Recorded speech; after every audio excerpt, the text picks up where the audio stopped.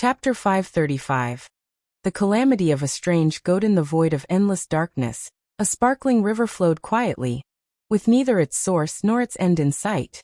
This was the river of Sword Tao, situated within the space of the great Tao. There were no stars here, no worlds, only endless darkness, and it was the only light in that darkness. The river of Sword Tao was vast and boundless, radiating an ancient and eternal aura. Somewhere along the river of Sword Tao, two figures were engaging in battle, their forms weaving and sword chi crisscrossing. Their sword chi was incredibly powerful, but when it fell into the vast river of Sword Tao, not even a splash was raised. As the scene zoomed in, looking from behind the two men, the river of Sword Tao seemed like an immense ocean, endless from any direction one looked. The collision of two strands of sword chi, carrying the dominant might that could shatter heavens and earth, forced both figures to retreat in unison, creating a distance of 10,000 miles between them. One of them, dressed in a blue robe and holding a wooden sword, directed his gaze toward his distant opponent, squinting as he spoke. "Such a nimble sword, do you hail from the Kanglan sword domain?" The other sword cultivator, dressed in white robes, held a long, slender black sword in his hand, the blade glinting with flowing light as if water slid across it. In response to the inquiry, the white-robed sword cultivator snorted coldly. "Your sword carries a fighting spirit. I didn't expect Battle Court to have people dedicated to the Sword Tao. I had thought Battle Court was all full of obsessive lunatics." The blue-robed sword cultivator answered. "Continuing our fight won't decide a victor." The white-robed sword cultivator remained silent, his eyes filled with dissatisfaction. In the Kanglan sword domain, his Sword Tao might not be the strongest, but he was invincible amongst his peers in the same realm, capable of sweeping through opposition even when entering a new great realm. But today he had met his match, and to make matters feel worse, his opponent came from the very battle court he disdained. For a force like the battle court to produce a swordsmanship genius he could not defeat was incredibly frustrating for him. The blue-robed sword cultivator was about to speak again when he suddenly turned his head. And not just him, the white-robed sword cultivator also glanced in the same direction. They both looked towards the same direction, only to see sword chi surging out from within the river of Sword Tao, amassing into a figure on the surface of the river. CTH Nullfire. NT website on Google to access chapters of novels early and in the highest quality. Seeing this figure, both sword cultivators frowned simultaneously, a sense of unease filling their hearts. Far in front of Mountain of 10,000 Swords, Guan also saw this figure. He was unable to deduce the figure's causality, signifying the person's high level of cultivation. Under Guan's gaze, the mysterious figure slew two profound yuan-free immortals with a single slash, then turned and walked into the river of Sword Tao, disappearing from sight. Although he couldn't see through the figure's causal origins, he felt the use of the Sacred Heart Sword Tao. Speaking of which, even the silent destruction god Emperor could not progress in his path upon seeing the Sacred Heart Sword Tao. Just how alluring was the draw of the Sacred Heart Sword Tao. Although Guan could control the Sacred Heart Sword Tao, he merely borrowed its power, and was unable to extract the Sacred Heart Sword Tao from the river of Sword Tao. He could allow others to cultivate the Sacred Heart Sword Tao or forbid it. However, before he integrated the memories of Yang Xian, someone had already begun cultivating the Sacred Heart Sword Tao, and he had no desire to cut off their progress. Guan retracted his gaze and continued to stand still in place. After a long time, Chen Chuan arrived beside Guan and said, "Master, I have encountered a bottleneck." Guan spoke softly. "The time has not come." Chen Chuan was taken aback. He scratched his head and said awkwardly, "Master, I haven't even said anything yet. The hardest part of immortal cultivation is enduring the years. To resist loneliness and inner restlessness is even more difficult than breaking through realms," Guan said casually. After speaking, he turned and walked away. Chen Chuan followed his steps and said, "I heard disciples from Qiankuan's sect discussing someone named Liya, who wields the 9 Extreme Sacred Heart Sword. Is the 9 Extreme Sacred Heart Sword the one I wanted to obtain thousands of years ago?" With his current Dao practice, he didn't need to leave the Daoist field of the beginning list to peek into Qiankuan's sect. Unable to leave the dojo, Qiankuan's sect thus became his channel to understand the outside world. And not just for him. It was the same for others within the dojo. Apart from Shinjun, an ex-scion, the blood prison great saint, the white spirit rat, the others dared not leave the dojo. Nor did they challenge Guan's different treatment of certain individuals, because they knew these people would follow Guan eternally, while they themselves did not have such firm resolve. Guan's decision to keep them was also out of the hope that they would accumulate strength. Guan responded, and after thousands of years had passed, Chen Chuan finally wanted to go out into the world, both to investigate the cause of his parents' deaths and to satisfy his curiosity about the world. He felt his sword should unsheath, to let the world witness his strength. Seeing Guan's indifferent attitude, Chen Chuan didn't know what to say. Guan stopped in his tracks and pointed a finger at Chen Chuan's forehead. Chen Chuan couldn't react in time, and was instantly immobilized, completely frozen. Guan then continued on his way. After a while, Chen Chuan awoke with a start, his back drenched in sweat, and he couldn't help but gasp for air. He genuinely felt the sword aura of two sword cultivators on the river of Sword Dao, and saw how they died. At first, he had admired the figures of the two sword cultivators, but then a mysterious entity appeared and extinguished them with a single sword strike. Chen Chuan's pride was dampened, and he could appreciate the painstaking care of his master. "I'm not strong enough yet, the time hasn't come," Chen Chuan muttered to himself, his eyes gradually becoming resolute. Night fell, and Guan was reading in the study, the candlelight illuminating his face. At the table, there was another person reading. It was Shinjun. Shinjun had idle time, disliking qi absorption cultivation. Whatever book Guan was reading, she would also read, and the two would often discuss. Guan also enjoyed discussing with her. The two were initially connected by their love for books. The books that Guan enjoyed reading, she would also read, and they would even write books for each other. Guan was engrossed in his book when he suddenly heard the divine exotic immortal spirit speak. At that moment, Shinjun looked up, her voice excited. "This plot twist is great. In a rainy night, they start fighting over a blood feud, and when the male lead is gravely injured, they share an intimate moment to settle regrets, then kill him amid complex emotions." Guan gave her a look and said, "Can you not read these chaotic books?" He put down the book in his hand and took the book Shinjun was holding, then studied it carefully. Shinjun chuckled and fetched another book from the shelf beside her. "Master, please save him. I feel if he dies, I might die too." The voice of the divine exotic immortal spirit rang out in Guan's heart, anxious. It was speaking of the divine exotic realm master, the source of power of divine exotic city. Guan, annoyed, replied in his heart, "With me here, even if he dies you won't die." Upon hearing this, the divine exotic immortal spirit was overjoyed, thanked him, and then dared not bother Guan any further. Since entering the heaven-balancing golden immortal realm, Guan's sense of karma had reached new heights.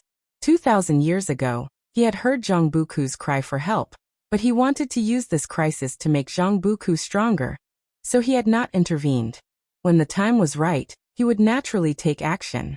After the divine exotic immortal spirit calmed down, Guan's thoughts drifted. He thought of Zhang Chuanqiu, his first senior brother when he first joined the Supreme Sect. He remembered how Zhang Chuanqiu used to train him in Menglang, as if it were a scene from the distant past. "Senior brother, your son will eventually go to reincarnation to find you. I look forward to the day we can reunite," Guan said with a slight smile, thinking to himself.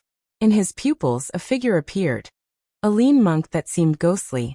Buddha immortal. If Zhang Buku could not deal with the Buddha immortal, then Guan as his martial uncle naturally had to stand up for him. It just so happened that the Buddha immortal had a good relationship with the silent destruction god emperor. If you find any errors, ads pop up, ads redirect, broken links, non-standard content, etc., please let us know report so we can fix it as soon as possible. Chapter 536. Celestial Court. Immortal gods. Immortal yellow sand swirled into the sky, and within a valley where not a single blade of grass grew, there sat a small blood-red lake in the center, surrounded by cliffs so neatly cut that the valley resembled a gigantic pit, with yellow sand forming an overcast dome above it. In the blood-red lake, Zhang Buku sat bare-chested, with blood acting like long snakes wrapping around his body, constantly writhing. The divine exotic realm master sat at the edge of the lake. Compared to 2,000 years ago, he seemed like a different person, emaciated to the bone, his eyes lifeless, appearing like a skeleton sitting still. Looking around, one could see numerous corpses, all of which were those of the divine exotic ghost king, each having met a horrific, fierce death. Suddenly, a yellow wind descended from the sky, forming a skull above the blood lake. It was the head of a Buddha statue, ancient and time-worn. It was indeed the head of a Buddha immortal. The Buddha immortal looked down at Zhang Buku, a strange smile appearing on his face. Zhang Buku seemed to sense something and opened his eyes. He looked up at the Buddha immortal, his expression calm, not panicked. He asked, "What, you can't resist making a move against me?" The Buddha immortal sneered in response. "You are now considered my disciple. How should you speak to your master?" Zhang Buku didn't respond, just calmly staring at him. He had stayed here for 2,000 years, enduring torturous pain. His heart had been tempered 1,000 times, and even now, facing death, he would not be flustered. "Indeed, I like your gaze. You are much stronger than these waste ones," the Buddha immortal disdainfully said. The divine exotic realm master at the edge of the lake trembled slightly, yet was unable to raise his head. Source: web novel. Com updated on. Zhang Buku merely glanced at him without caring. Zhang Buku knew that mere verbal concern would not help him. "Why do you think I chose you?" the Buddha immortal suddenly asked. Zhang Buku looked at him, waiting for his answer. The Buddha immortal seemed not to mind Zhang Buku's attitude and smiled. "You were meant to die, saved by others, your destiny changed. People like you are numerous, known as life changers. The greater the change in your destiny, the more complex your karma. That means the higher your cultivation level, you will gradually become an anomaly of the heavenly Tao and even the great Tao. Life changers are destined for a life of hardships. Cultivation is more challenging for you than for others, but you're also more likely to encounter fortuitous opportunities." Meant to die? Zhang Buku immediately thought of Master Gu. Without Master Gu's rescue, he would have already died. "So, I bear such karma, and you choose me. Aren't you afraid of the trouble?" Zhang Buku asked, staring at the Buddha immortal. The Buddha immortal showed a sly smirk. "Kid, do you aspire to be an immortal god? Your destiny pattern suits well to ascend to the celestial court." The celestial court? Indeed, that is the domain of the immortal gods. They are the true immortal gods, protected by the celestial Tao destiny. As long as the heavenly Tao remains unaltered, they do not perish. They wield the supreme power, ruling over all the great thousand world. The reason the human world has immortal gods is also because of them. However, mortal spirits cannot see them, and they disdain letting mortal spirits behold their true forms. The Buddha immortal spoke in a beguiling tone, the appeal of immortality immense. Even the transformed Zhang Buku felt emotional turbulence within. Sir, the Novel Fire. Net website on Google to access chapters of novels early and in the highest quality. Cultivating for immortality. Isn't it all for longevity? Power does not always come from cultivation level, family background, or a sect, but longevity can only be achieved on one's own. Even though Zhang Buku had traversed many realms, he had never heard of anyone achieving eternal life. "I too once belonged to the celestial court, but immortality for me turned into a shackle. Thus I wish to leave. However, the celestial Tao immortal position cannot be left vacant, otherwise the celestial court will not spare me. You are meant to replace me." The Buddha immortal looked at Zhang Buku seriously, his voice now devoid of mirth. Zhang Buku asked, "Is it that easy to replace?"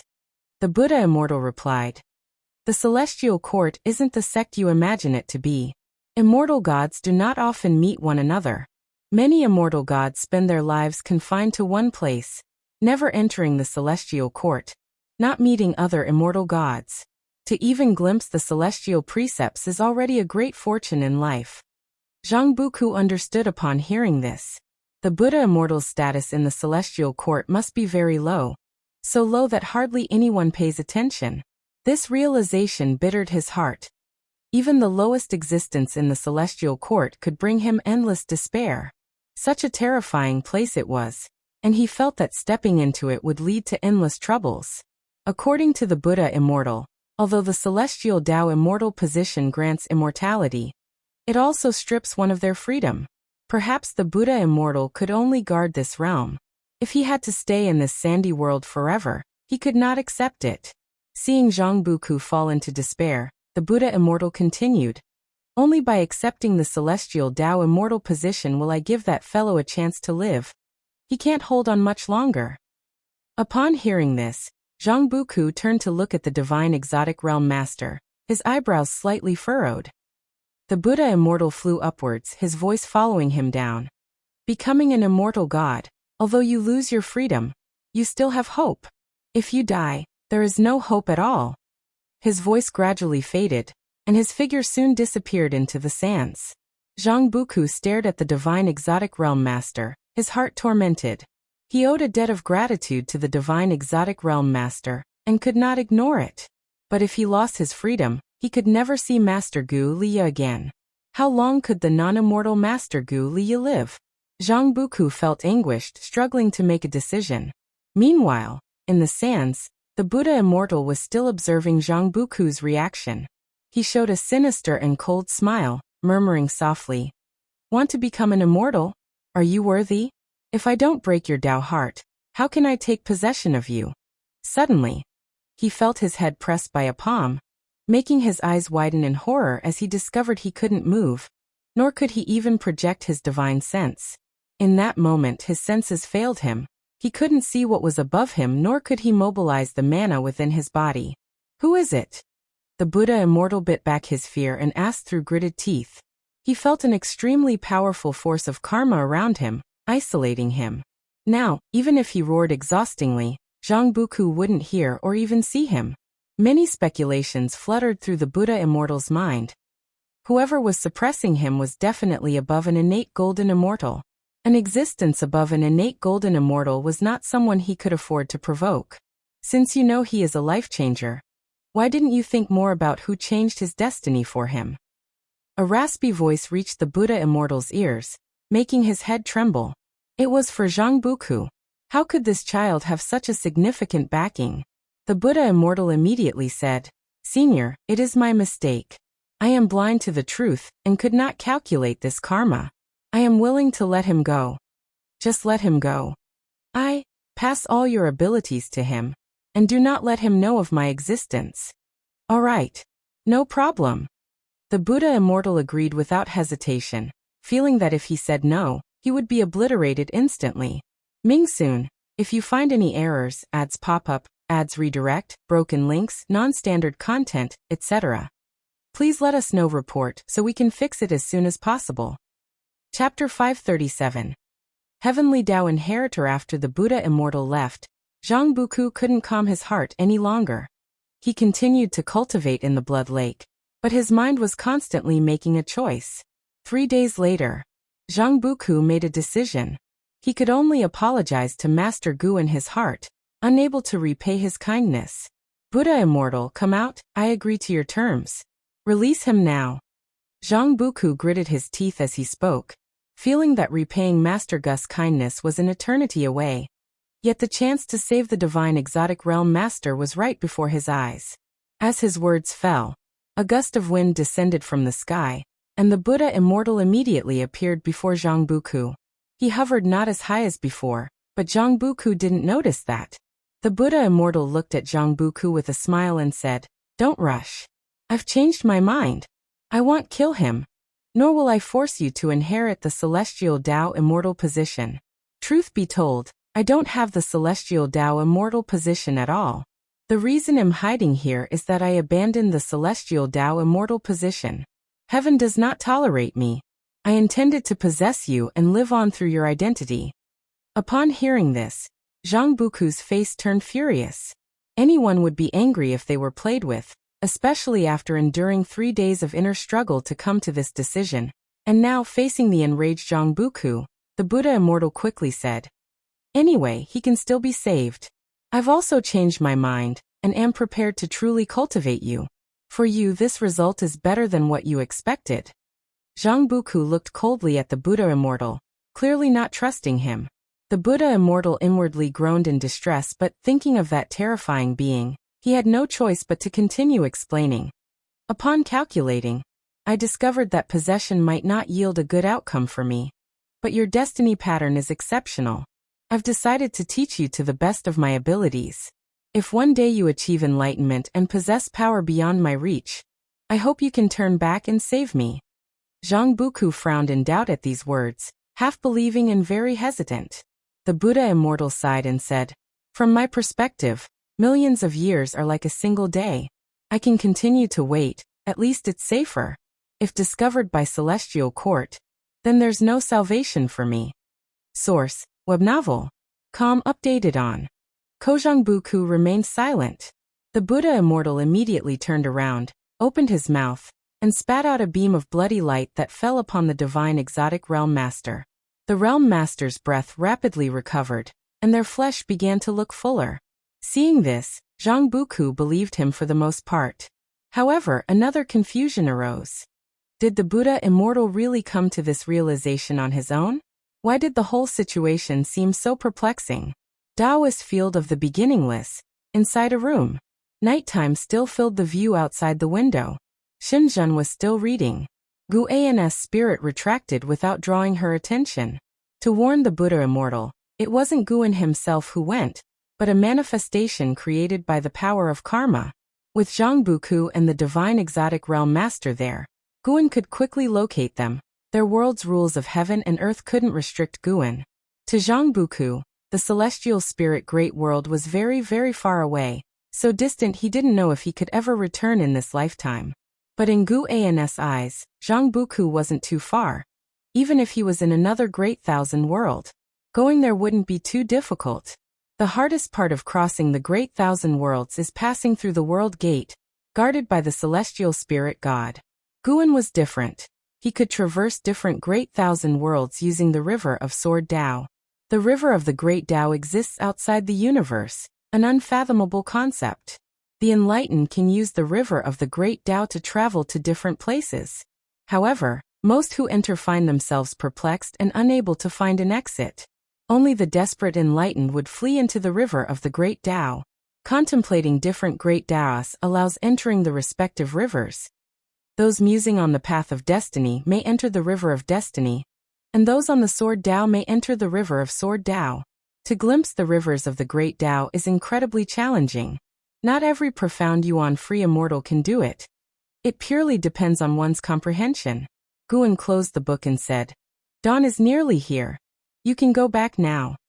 Shenzhen glanced at him and asked, "Why the hurry tonight? The last time we discussed Green Hero Travelogue, we talked for a whole day and night. I just went through a struggle and am somewhat tired." Sar the Ovalfire. Net website on Google to access chapters of novels early and in the highest quality. What struggle? My will went to grapple with an existence far beyond the 9 heavens of the immortal path. Guan said, feigning a sense of gravitas. Shenzhen rolled her eyes at this. The night went by, and she never saw Guan rise from his seat. The words sounded hollow to her, and naturally she did not believe them. "All right then, it's rare that you hurry me along. I just hope you haven't gotten too engrossed in your books." Shenzhen stood up, placed the book she had in her hands on the table, and then turned to leave. As she reached the door, she looked back at Guan and asked, "Do I need to illustrate this book tonight?" Guan glanced at her and said gravely, "How many times must I tell you? There are 3,000 paths to enlightenment, but some paths should be taken less." "Then I want draw it." "Wait, draw it. It'll help correct your thinking," Guan replied, causing Shenzhen to cover her mouth and giggle. She didn't argue with Guan, instead stepping out of the room. Once Shenzhen had closed the door, Guan took out pen and paper and began to write. In the tranquil cosmic starry sky, the celestial Tao golden core still stood at the end of the long bridge, with An Hao sitting in meditation before it, looking so solitary. He faced the celestial Tao golden core, brows tightly furrowed.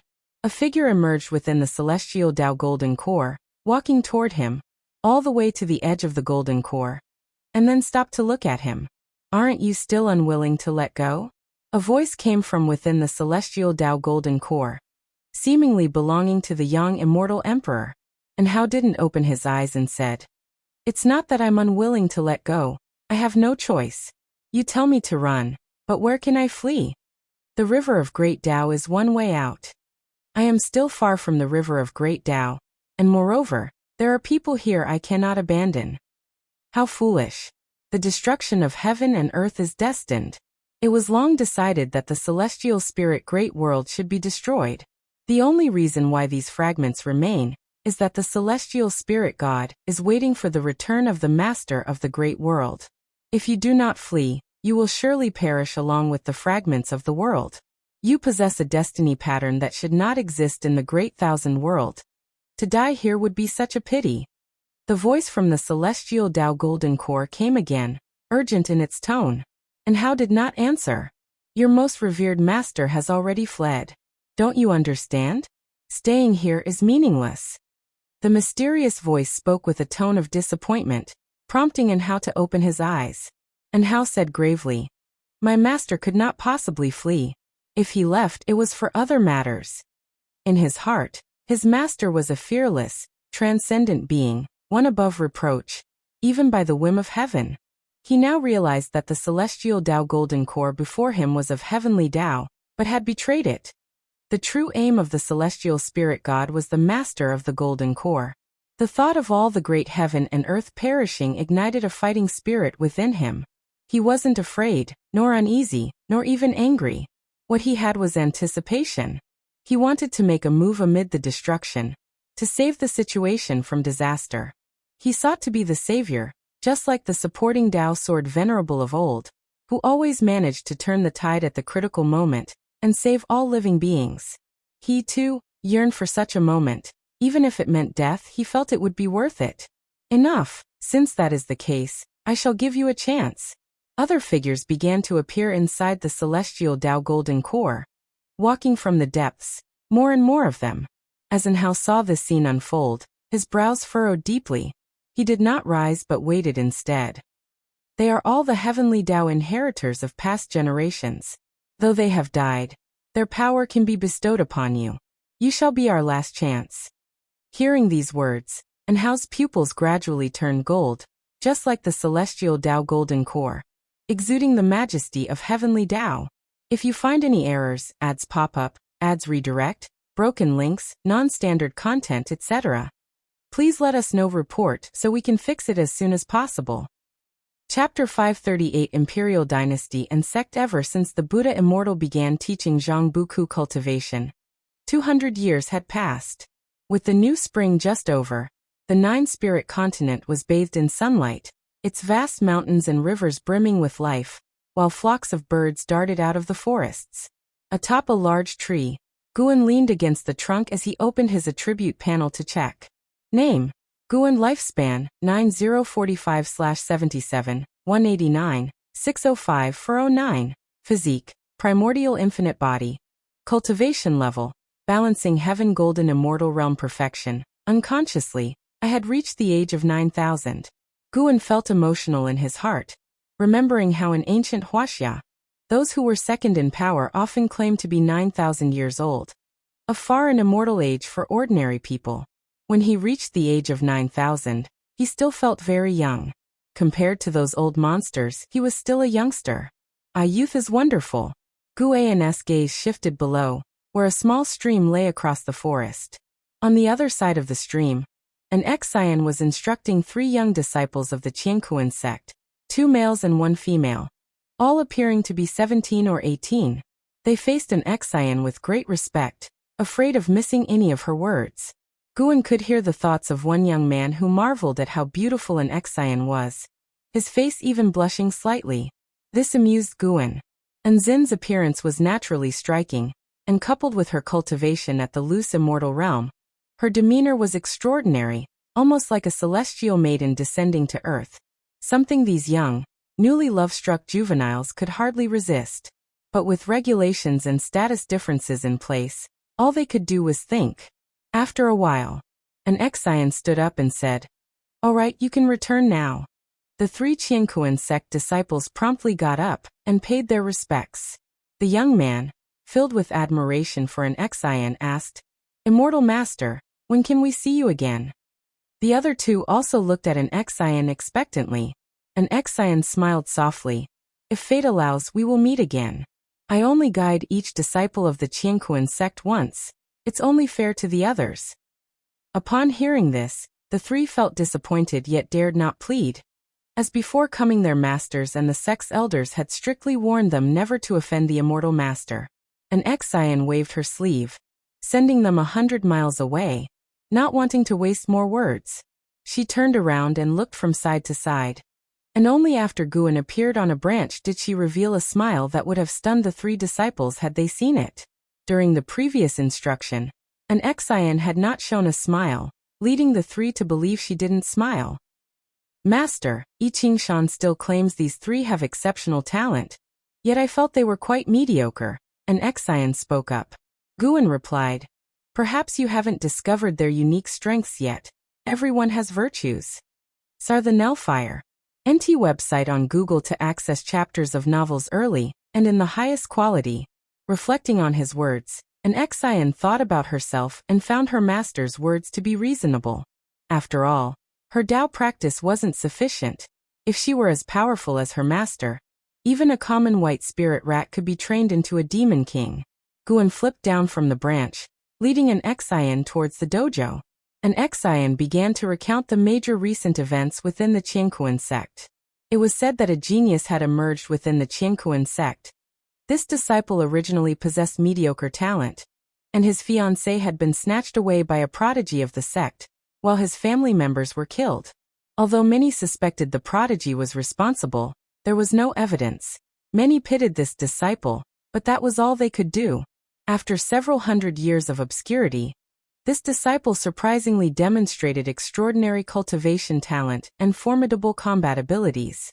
He challenged the prodigy to a life-and-death combat, and the prodigy had agreed. Life-and-death combat was a rule within the Qianquan sect, necessitating both parties to verbally agree at the law enforcement hall and sign a contract before the combat could proceed. Additionally, harming one's fellow sect members was considered a severe crime. This rule was established to provide an opportunity for those who sought to resolve their grudges. Guan listened attentively. He didn't feel any sympathy, for such stories were too common in the human world, and there were cases even more tragic than this. He did not even bother to speculate about the outcome. Currently, not everyone could capture his attention. Just looking after people like Li Ye and An Hao, he felt already overwhelmed. Since he had relinquished his responsibilities of guarding the Supreme Sect and the Taitsong continent, Guan's days had become more relaxed. Now was the time he enjoyed most in life, where he could accumulate lifespan and have endless time to do what he desired. Recently, he had been delving into pottery. He planned to build a small town at the edge of the dojo for fun, not for any profit. As Guan and an Xian were casually discussing the events within the Qianquan sect, far away at the Supreme Sect, Longqing was also troubled by matters within the sect. Now Longqing had become a candidate for sect leader, managing all affairs of the sect, while LV Baitian had long retreated to pursue Taoist techniques. In the Elder Hall, Longqing sat at the primary seat with Longjun and Candle Star standing on his sides. Dozens of elders gathered in front, incessantly debating. The Taitsong imperial dynasty has always followed orders from the Supreme Sect. Li Xiandao actually allowed his generals to compete with our direct disciples for precious treasures. Clearly, he's testing us. That's right, Li Xiandao has really gone too far in recent years. The imperial power should not be controlled by one person. I think Li Xiandao wants to become a ruler like those of the Immortal Dynasty. Don't forget, the Immortal Dynasty was the one who started the war against the Holy Court. With the Saint King of the Holy Court supporting Li Xiandao, he indeed has the capacity to be arrogant. The most critical point is that this Saint King is a disciple of the supporting Tao Sword Venerable. If Dragon Gate Master could persuade Yang Jian, would Li Xiandao still dare to be rampant? The elders discussed fervently. Ji Hantian looked at Longqing seriously. Longqing, do you have a way to contact your master? Upon this statement, everyone fell silent. The reason Longqing felt troubled was because it involved Yang Jian, who he heard was the favorite disciple of his master. He answered, I cannot, but with my master's Tao practice he is certainly watching every move of the Supreme Sect. Ji Hantian remained silent, and the elders exchanged glances. Many elders had never met the supporting Tao Sword Venerable, but they had heard many legends about him. Especially after entering the Elder Hall, they understood more about his esteemed status within the Supreme Sect. As long as the sword intent on the heaven-repairing platform remained undissipated, the revered status of the supporting Tao Sword Venerable within the Supreme Sect would not fade, nor would anyone dare to challenge his authority. An ancient sect elder spoke up. The Taizong Imperial Dynasty has already dominated many seas, and although the Supreme Sect is growing stronger, its expansion is not as aggressive as that of the Taizong Imperial Dynasty. I think instead of suppressing the Taizong Imperial Dynasty, we should focus on developing the Supreme Sect. Once the Supreme Sect is strong enough, the Taizong Imperial Dynasty will naturally come back to us. Hearing this, a female elder couldn't help but retort. Develop? How do we develop? We are a sect, and our disciples' main duty is cultivation, not territorial expansion. Plus we claim to adhere to the righteous Tao and must not plunder. Her words resonated with many. Suddenly Candlestar chuckled. Looking to develop? Your opportunity has indeed arrived. Everyone immediately looked at him, their faces filled with expectation. Candlestar was a highly accomplished Taoist, and his words might be true. Moreover, Candlestar had accompanied Longqing for thousands of years, frequently aiding the Supreme Sect, thus holding immense prestige, which was also why Longqing could swiftly wield great power. If you find any errors, ads pop up, ads redirect, broken links, non-standard content, etc., please let us know. Report so we can fix it as soon as possible. Chapter 539. Celestial Spirits End. Invincible Power. Jihantian looked at Candlestar and asked respectfully, I hope the senior can enlighten us. What exactly is the opportunity? Candlestar smiled and said, The Immortal Dynasty will soon disperse. That is the opportunity. The Immortal Dynasty will disperse? Wish. The elders were shocked. To them, the Immortal Dynasty and Holy Court were colossal entities within great heaven and earth, overlord-level forces. The chaos in the world was due to the struggle between these two powers. How could the Immortal Dynasty, which had stood through countless calamities, now fall? Longqing also felt surprised and looked at Candlestar in astonishment. Candlestar smiled and said, Ever since the young immortal emperor perished, although the Immortal Dynasty has introduced a new immortal emperor, he simply cannot quell the internal turmoil. Thousands of years have passed, and this towering tree of Tsangtian is finally going to fall. But with its fall comes vigorous life for all beings on the earth, be it Taoist techniques, magical treasures, or fortunes of the land. The Supreme Sect could gain much, much more from the fall of the Immortal Dynasty. These words made the elders' hearts surge with excitement. They began to inquire when the Immortal Dynasty would fall, to which Candlestar smiled mysteriously and said, Soon. The news of the Immortal Dynasty's impending fall spread throughout the world like a whirlwind, causing great alarm. Without the Immortal Dynasty, wouldn't the Holy Court dominate the world? And wouldn't the world welcome an era of peace? Such thoughts arose in the hearts of 90% of those in immortal cultivation. And in time, more and more beings and powers started to anticipate the fall of the Immortal Dynasty, which forced the internal factions of the Immortal Dynasty to struggle even more fiercely. It seemed as if the dissolution of the Immortal Dynasty was the direction of the celestial mandate, and under such a major trend, the Holy Court, on the contrary, appeared very silent. Because the young immortal emperor had moved another great world next to the celestial spirit great world, powerful forces began to rise there as well. Hearing that the Immortal Dynasty would fall, the powers on the other side developed even more rapidly, as if afraid of missing their chance. Against this backdrop, another 10 years passed. Deep in the universe, within the silent extinction domain, fog from the great Tao surged, making the universe seem so quiet. The World Gate, symbolizing the end of the universe, remained steadfast. The celestial spirit God, sitting in meditation beneath the World Gate, radiated strong heavenly Tao light, dazzling and splendid. Beneath the strong light, the figure of the celestial spirit God seemed to have even more presence than the World Gate.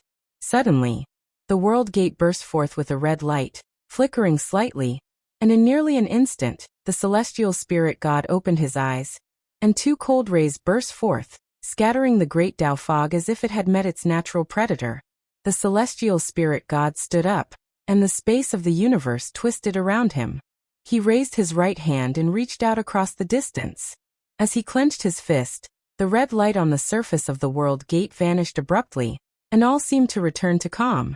At the Taoist field of the beginningless, by the lakeside, Guan, who was fashioning clay pottery, looked up and saw the mighty destiny that had enveloped the continent of the immortal dynasty dissipate in an instant. Without destiny, the rules binding the immortal spirits suddenly vanished, as did the transcendent force uniting the immortal spirits. Next, the immortal dynasty would face unprecedented chaos. Slaughter, plunder, revenge, and so on. Even immortal spirits born into the nirvana realm revealed the dark side of human nature. The continent of the immortal dynasty turned into the human world's hell in a very short span of time.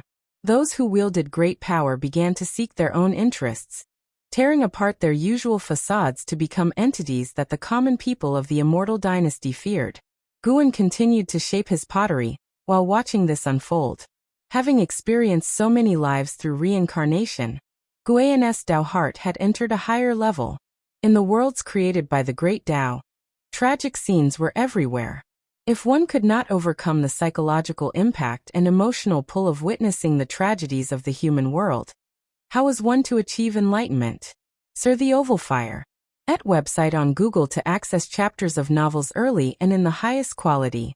With the celestial spirit god personally dissolving the destiny of the immortal dynasty, Guan saw the endpoint of the celestial spirit great world. The heaven and earth Tao fruit, symbolizing the heart of heaven and earth, would emerge in the future, and the world's powerful would flock to it. When someone obtained the power of that Tao fruit, the celestial spirit god would appear, and this time he would destroy everything. Pieces of the great world within the universe would cease to exist, one after another. In that vast and spectacular scene of destruction, the celestial spirit god turned and stepped toward the world gate. As he entered the world gate, it too turned into ash, indicating that this universe, this shattered great thousand world, would disappear. Watching this future, Guan couldn't help thinking about Hao Liya and others. With the lifespan dojo and his own cultivation level present, even if the universe perished, he was able to keep the people he cared about alive. But Hao Liya, Longqing, and profound celestial intent were not the kind to quietly stay in the dojo, and they also had their own loved ones to think about. Human world was like a net, with each person intertwined in countless relationships that connected the whole of great heaven and earth. A person could be insignificant, trivial, but a person could also be crucial, indispensable. Guan was faced with only two choices. The first was to annihilate the celestial spirit god, offend the celestial court. The second was to play dead, give up the world he had lived in for a lifetime. He wasn't in a hurry to decide. Even if he chose to annihilate the celestial spirit god, he would still strive to delay as long as possible. The longer he could stall, the more lifespan he would accumulate, and the more confident he would be in dealing with the trouble from the celestial court that would follow. When faced with trouble, don't rush, don't panic, just one word: delay. Guan said leisurely, the pottery in his hands now taking the shape of a cauldron, its surface seemingly adorned with a dragon. The blood prison great saint, standing by his side, curiously asked, "Master, what are you referring to?" The blood prison great saint could sense the changes in heaven and earth, but couldn't pinpoint exactly what was changing. He just felt that the world had become more tense, more dangerous. Any matter? Guan's answer made the blood prison great saint's eyes light up. He felt his master was guiding him. The blood prison great saint pressed on. "Master, how many more years will it take for this great chaos under heaven to end?" Guan looked at the pottery in his hands and said, "It will be faster than you imagine, but also worse than you can imagine." He knew what Hao was thinking, understood the young man's lofty ambitions. But no matter how great the opportunities Hao had, even if he merged with the power of the heaven and earth Tao fruit, he wouldn't be a match for the celestial spirit god. Well, it was good for the young man to realize that the affairs of the world were far from as easy as he thought. He'd wait for Hao's despair, then he would make his move. Thinking this, Guan began to look forward to Hao's transformation. Hao was good in every way, except he didn't value feelings enough. His heart was always filled with Guan and an Xian. He always felt he was born alone, that he only needed to repay gratitude. As for the wife who didn't show him kindness, he could abandon her. With Enhao's cultivation level, he must have sensed that he still had blood relations alive, but he didn't acknowledge them. This displeased Guan. Simply put, Enhao lacked a sense of responsibility. However, it was precisely because Enhao had flaws that Guan felt more motivated to guide him. If the young man was perfect, it would be hard for him to give advice. Worse? How bad? Asked the blood prison great saint. Guan glanced at him, and gold light burst forth from his eyes, piercing into the blood prison great saint's forehead, freezing him in place.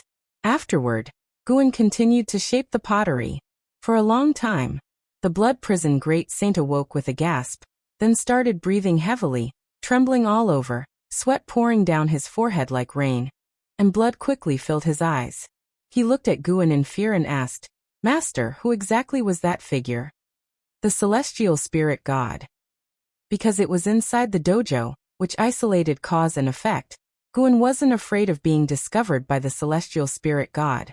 After hearing this, the blood prison great saint memorized the name, looking at Guan, wanting to say more but hesitating. The might of the celestial spirit god had deeply shaken him. He hadn't imagined someone could be so powerful.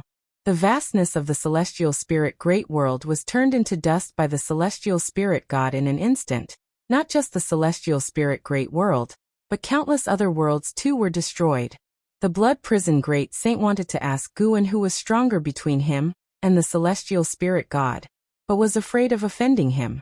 Although the blood prison great saint held Guan in the utmost awe, after witnessing the strength of the celestial spirit god, it was hard to believe again that Guan was invincible. If you find any errors, ads pop up, ads redirect, broken links, non-standard content, etc., please let us know. Report so we can fix it as soon as possible.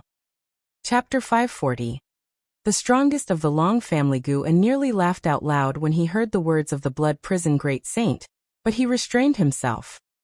He did not dispel the blood prison great saint's confusion, preferring to let the fellow continue his anxious trepidation. It served him right, since the blood prison great saint had been somewhat negligent in recent years. Seeing that Guan was unwilling to speak, the blood prison great saint's inner perplexity grew, but he dared not voice it. Instead, he pushed aside his inner fears and apprehension and shifted his focus. Even if his master was no match for that person, his master certainly had a strategy in place, or else he would not be so at ease on ordinary days. With this thought, the blood prison great saint's heart gradually calmed. He looked again at Guan's clay molding, finding deep significance in every movement.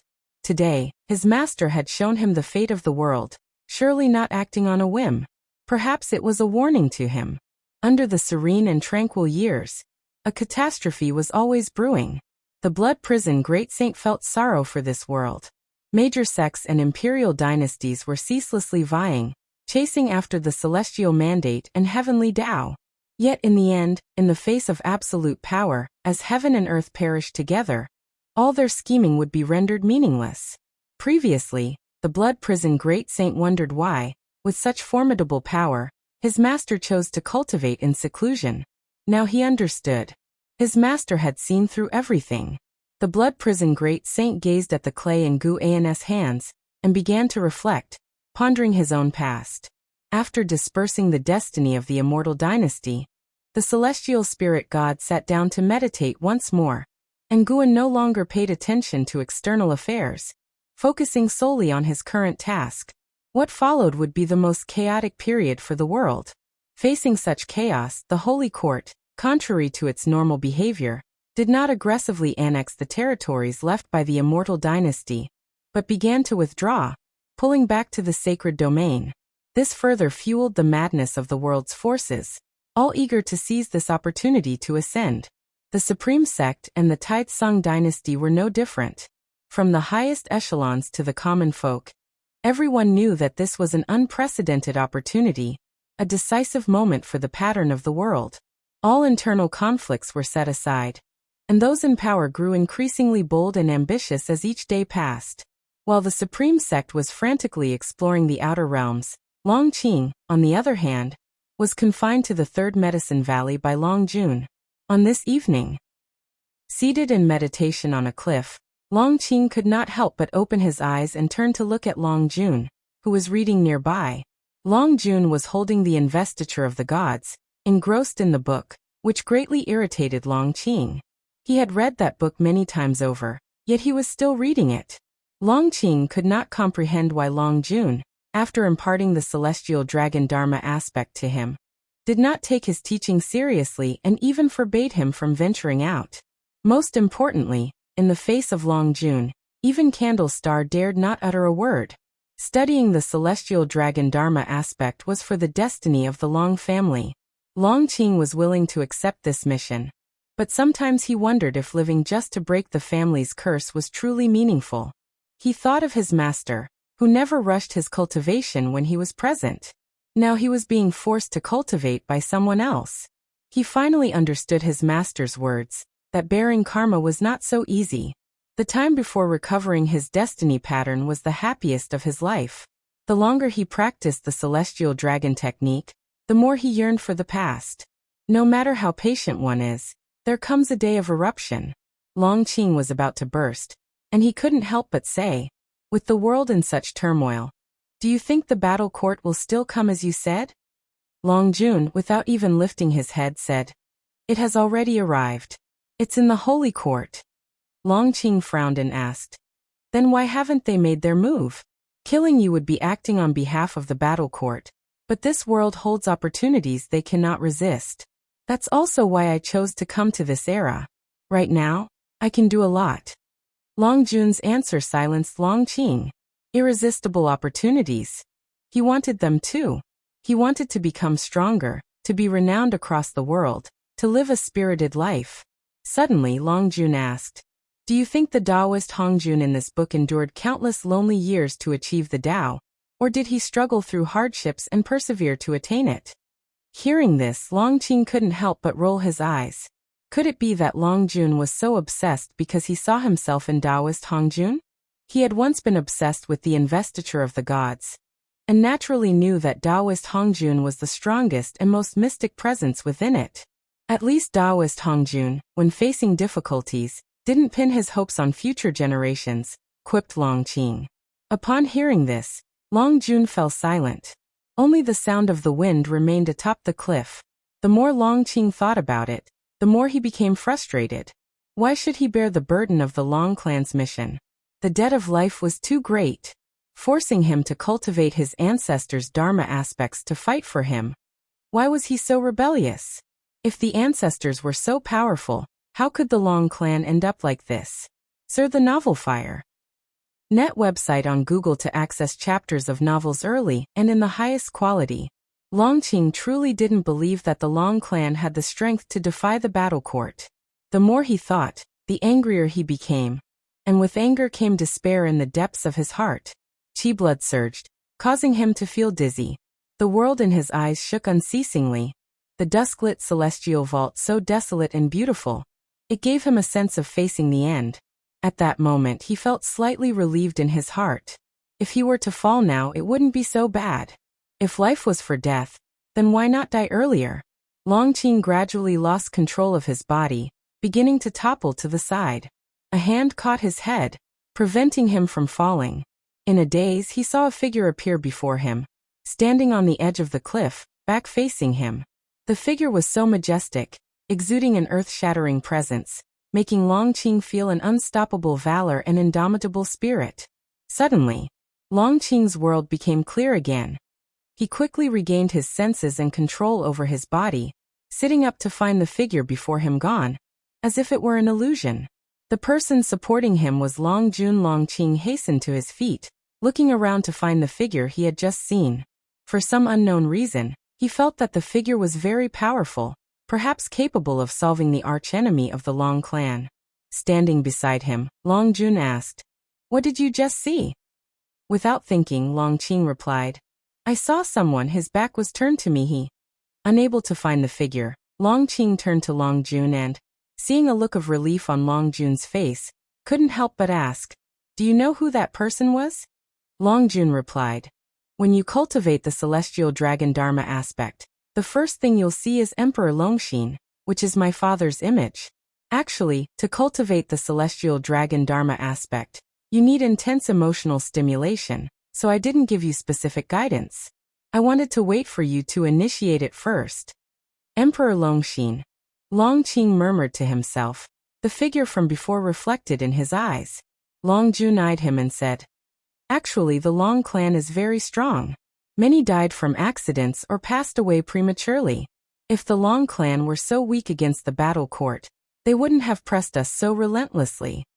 These words eased the resentment in Longqing's heart significantly. Longqing couldn't help asking, "Is Emperor Longshin the strongest of our Long clan?" Longjun shook his head and said, "The most powerful feature of the celestial dragon Dharma aspect is that the ancestors you summon might reveal the limits of their strength, because different people will summon ancestors of different strengths when they cultivate the celestial dragon Dharma aspect. If you can summon my son, we will have even more hope. Of course, if you could summon all of the Long family members, that would be the most hopeful moment." Longqing frowned and asked, "Are you sure your son is stronger than Emperor Longshin?" He could not forget the figure of Emperor Longshin, so unbeatable. He did not believe any other member of the Long family could be stronger than Emperor Longshin. If you find any errors, ads pop up, ads redirect, broken links, non-standard content, etc., please let us know report so we can fix it as soon as possible. Chapter 541. Just enough to wipe out the celestial and earthly immortals. Once you can cultivate his Dharma aspect, you will understand that he can bear all hope. Longjun turned his head towards the distance, speaking softly, his eyes revealing a sense of nostalgia. Longqing then continued to fantasize about Emperor Longshin. After a while, he began to inquire about the deeds of Emperor Longshin. Since Longqing had already entered the threshold of the celestial dragon Dharma aspect, Longjun's attitude had changed, and he began to recount the deeds of Emperor Longshin. With Longqing listening intently, the more stories Longqing heard, the calmer his heart became. Understanding the past of the Long clan could help him deepen his understanding of the Long clan and strengthen his sense of honor and disgrace. In my view, throughout the ages, the Long clan deserve their fate today. When powerful, they oppressed all around, and also gave birth to many extreme prodigies. However, the Long clan should not be oppressed by the battle court. Breaking the Long clan's fate and destroying the battle court also counts as settling our karmic ties, since the battle court was created by us, but they committed sins in the name of the battle court. It began with the Long clan, and must end with the Long clan. Longjun spoke earnestly, pausing before saying, "Your descendants should no longer bear the surname Long." Upon hearing this, Longqing did not shake his head in denial. He was still immersed in the stories of Emperor Longshin. Though he had only seen the back of Emperor Longshin, Longqing was instantly awed by him, developing a strong sense of adoration. He began to look forward to the celestial dragon Dharma aspect. At least once he had mastered the celestial dragon Dharma aspect, he could witness the elegance of Emperor Longshin. 100 years later, the human world was a new landscape. The nine-spirit continent was finally entangled in the maelstrom of great chaos, with more and more great cultivators fleeing into this continent, causing the winds and clouds of the continent to surge. On the edge of the continent, on a beach, two women descended from the sky and upon landing, they quickly sat down to start cultivating energy. One of them, dressed in green with delicate makeup. Only her hair was slightly messy, while the other, dressed in white and even more beautiful, resembled a fairy of the human world, but her face was completely pale, clearly having sustained serious injuries. The green-clad woman opened her eyes and looked at the white-clad woman asking, "Sister, are we safe here?" The white-clad woman, named Li Xuanyu, slowly opened her eyes, turned her head towards the distance and said faintly, "Hard to say."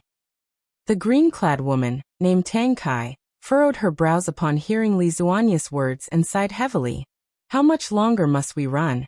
And how can Liya find us?" Tang Kai asked anxiously. Li Xuanyu did not answer. She closed her eyes again to continue healing. Seeing this, Tang Kai also closed her eyes to heal. Time quickly passed.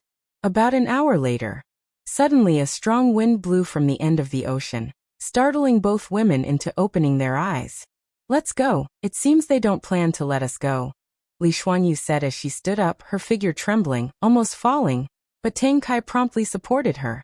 Without delay, Tang Kai summoned a magical treasure and helped Li Xuanyu to fly deeper into the continent. Sir, the Novel Fire Net website on Google to access chapters of novels early and in the highest quality. Shortly after they had left, countless black crows attacked from the sky, swarming and covering the heavens, their speed extremely fast as they quickly flew into the continent. Tang Kai, who was maneuvering the magical treasure, seemed to sense something, turning her head to look, her face changing drastically with panic filling her eyes. They're so fast, what should we do? Tang Kai looked at Li Xuanyu next to her, and asked in a low voice. Although Li Xuanyu had suffered severe injuries, she had always been Tang Kai's support.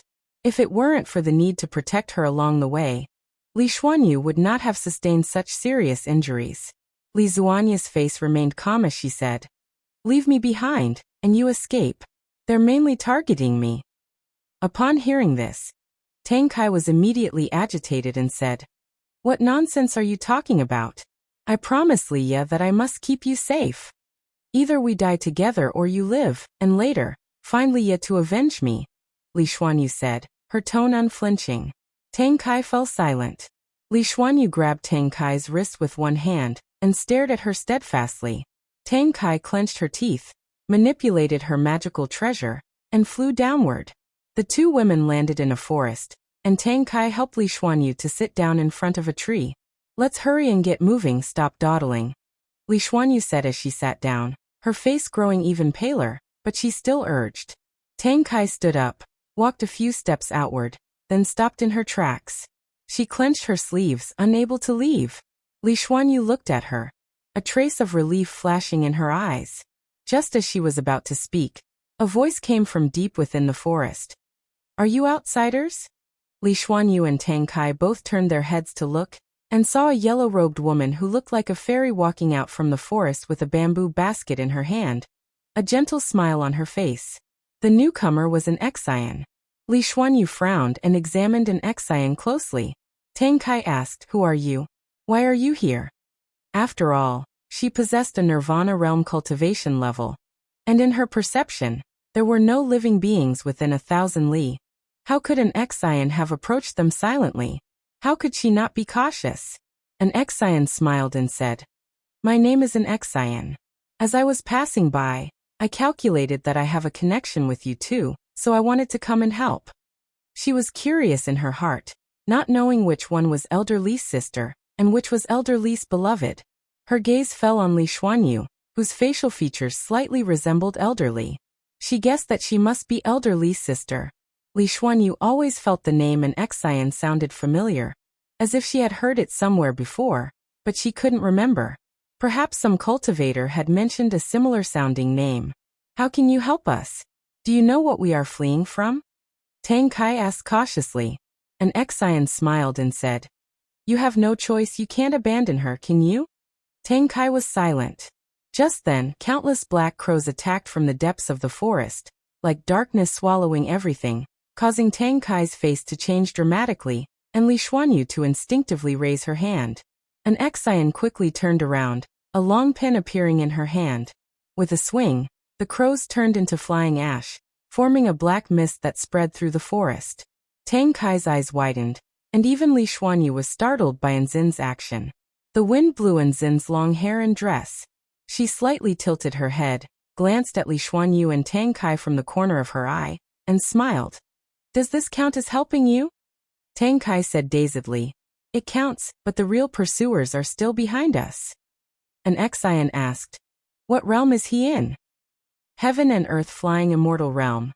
"It's a coincidence, the pen in my hand is just enough to extinguish a celestial and earthly immortal." An Exian raised the fate pen in her hand, smiling triumphantly. Sunlight poured through the gaps in the leaves, casting light on her, making her appear so exceptional in Tang Kai's eyes. Such a demeanor she had only seen in Liya before, which was an absolute confidence that any trouble could be solved.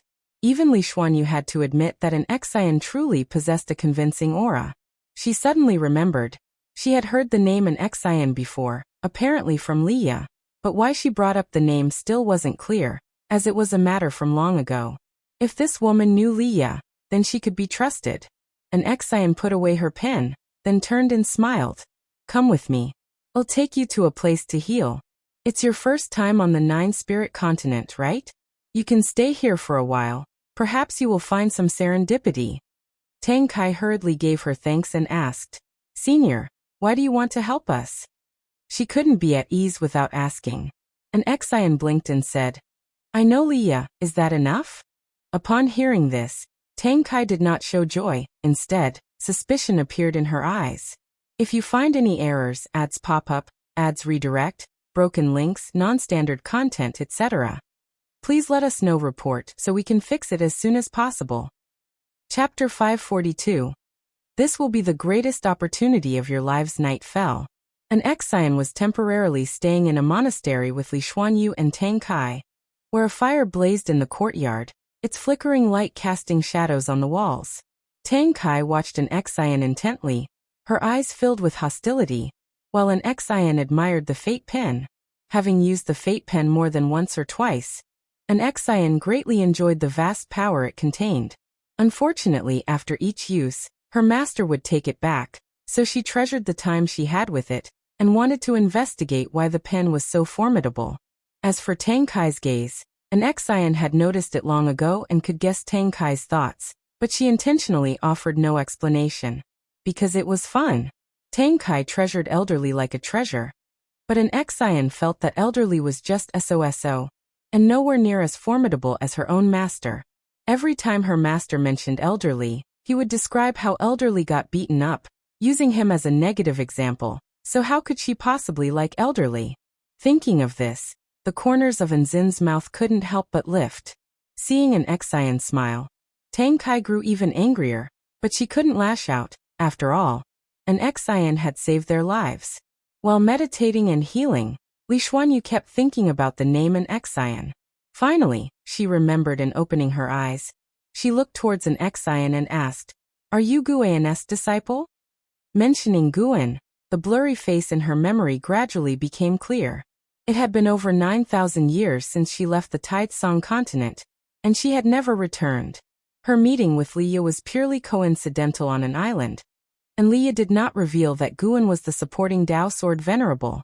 Li Xuanyu could not associate Guan with the supporting Dao Sword Venerable either, since when she knew Guan he was just a medicine boy, and she had even helped him manage an introduction to take care of a cave mansion. Back then, Guan had run around for a few spirit stones. Later, however, she had realized that Guan was not simple and hid secrets, but she never thought of him in terms of the supporting Dao Sword Venerable. An Exian turned her head towards her and smiled brightly. Yes, Elderly, my master has mentioned you too. He said that when he was young, you helped him a lot. Hearing this, Li Xuanyu was sure she hadn't misheard, and a smile appeared on her face as she said reflectively, I didn't really help him much, just lending a hand. How has he been doing lately? An Exian replied, He's doing well, don't worry. Could it be that he is also on this continent? No, that's not the case, no one knows where he has gone. An Exian shook her head. This wasn't her being secretive, but rather Guan genuinely wanting to hide his whereabouts, not wanting to attract trouble, and she definitely couldn't cause trouble for Guan. She was curious about the image of Guan in Li Xuanyu's mind, so she started to share the stories Guan had told her, and Li Xuanyu also fell into reminiscence. Tang Kai was also captivated by the stories an Exian told, and gradually forgot her jealousy. Hearing that Guan was Li Ya's junior brother, Tang Kai grew even more interested, as she was very curious about everything related to Li Ya. But unfortunately, before she could learn more about Li Ya, she had parted ways with him. The stories an Exian told were those Guan had shared with her. They might have seemed mundane, but on such a night, they brought Li Xuanyu and Tang Kai a sense of warmth and a touch of happiness. In Li Xuanyu's mind, Guan also gradually became clearer, and the old memories surfaced. Remembering how reserved Guan had been in front of her, a smile also appeared on her face. Over 9,000 years had passed, and many old acquaintances were buried in the earth. But Guan was still alive, and she was genuinely happy, and surprised that Guan could teach such a disciple. A millennium passes just like a flicker in the human world. 9,000 years brought about such great changes. When an Exian finished speaking, Tangkai curiously asked, "What is Gu An's cultivation level now?" An Exian glanced at her, smiling radiantly. "How would I know? See this pen? This is his magical treasure." While speaking, an Exian raised the fate pen in her hand. Li Xuanyu and Tangkai both looked towards the fate pen in Enzin's hand, unable to forget the sight of an Exian wielding the pen to eradicate a group of demons. Those black crows were no ordinary creatures. Even a loose immortal hit by them would be drained of all their blood essence. Just as an Exian was showing off the fate pen, Guan, who was far away in the Taoist field of the beginningless, lay reading a book while listening to their conversation. "Senior sisterly, it really has been many years." Guan lay on a chair, a book in his hands, the corners of his mouth slightly upturned. That Li Xuanyu and Tangkai were able to come to the Nine-Spirit Continent was due to his guidance, using celestial signs to bring them to the Nine-Spirit Continent coincidentally, and along the way, their survival from numerous brushes with death also had Gu An's secret assistance. Back then, Li Xuanyu indeed had helped Guan, so if he could lend a hand with just a simple effort, he naturally would not be stingy. Helping Li Xuanyu was also for Li Ya's sake. With Li Ya's own sister and future wife in danger, how could he not rescue them? The reason he led the two women to the Nine-Spirit Continent was because a great catastrophe was about to come outside, and only on the Nine-Spirit Continent would they be completely safe. Guan closed his book and shut his eyes, lazily saying, "After you finish your act, I take the stage, and the heroes of the world take turns, but who can really see through how deep the waters of this world are? Celestial Spirit God, I look forward to clashing with you." His voice echoed only within the room. He was speaking to himself. Amidst the mountains, Li Xuanyu and Tangkai stood on a slope, looking at the magnificent scene ahead. Both women remained silent. Sir, the Novel Fire. NT website on Google to access chapters of novels early and in the highest quality. Following their gaze, in front of the mountains appeared a gigantic chasm, stretching to the ends of heaven and earth. The mountains on either side, too, had been pierced, as if a dragon comparable in size to the mountains had rolled over them, leaving behind this broken landscape. An Exian descended from the sky, casually playing with the fate pen. She chuckled. "Celestial and earthly immortals are just this, huh?" Li Xuanyu and Tangkai had been on the Nine-Spirit Continent for several months, and today, the mastermind who had been pursuing them had finally come to kill them. After a round of negotiations, an Exian, unable to stand the other side's ranting, chose to eradicate them. Tangkai opened her mouth, but found herself unable to speak. The supreme great power that was the cause of her despair, just like that, was dead? Li Xuanyu looked at the fate pen with a complex expression in her eyes. Is Gu An's cultivation level now at least higher than the heaven and earth flying immortal realm? She couldn't understand. She felt that her own adventures were numerous, and in her view, only Li Ya's growth rate was faster than hers. In fact, she always believed she was second to none. But what she witnessed today overturned her understanding. She felt that her peers couldn't possibly possess such power, let alone slaughtering celestial and earthly immortals. Even killing wandering immortals seemed unbelievable. An Exian looked at them and smiled. "Settle down in the Nine-Spirit Continent. It will change your lives. I want to accompany you further." With that, she turned and walked away, but after a few steps, she stopped again. "Let me remind you once more, stay here. This will be the greatest opportunity of your lives. If you insist on leaving, you will regret it for the rest of your lives." An Exian leaped up, transforming into a streak of light and disappearing into the horizon. Tangkai couldn't help but look at Li Xuanyu and asked, "What should we do? Listen to her?" Li Xuanyu looked in the direction an Exian had left and asked, "Do you want to have cultivation like hers, to stand shoulder to shoulder with Li Ya in the future, rather than always chasing behind him?" These words stunned Tangkai. If you find any errors, ads pop up, ads redirect, broken links, non-standard content, etc., please let us know. Report so we can fix it as soon as possible. Chapter 543 The Descent of the Supreme Demon Realm. In the depths of the cosmos, countless meteorites, ablaze with fiery flames, tore through the great Daos mists, rushing unstoppably in the same direction, creating a sight of unparalleled grandeur. The appearance of this group of meteorites alarmed the mighty beings within the universe, as countless divine senses reached out toward them. Upon an unmoving meteorite, Baizia from Human World Peak was meditating in this area. He suddenly opened his eyes, and was immediately startled by the swarm of meteorites approaching from the depths of the universe. He could feel the powerful forces contained within those meteorites, which even instinctively made him feel fearful. He immediately cast a spell to form a barrier, concealing himself.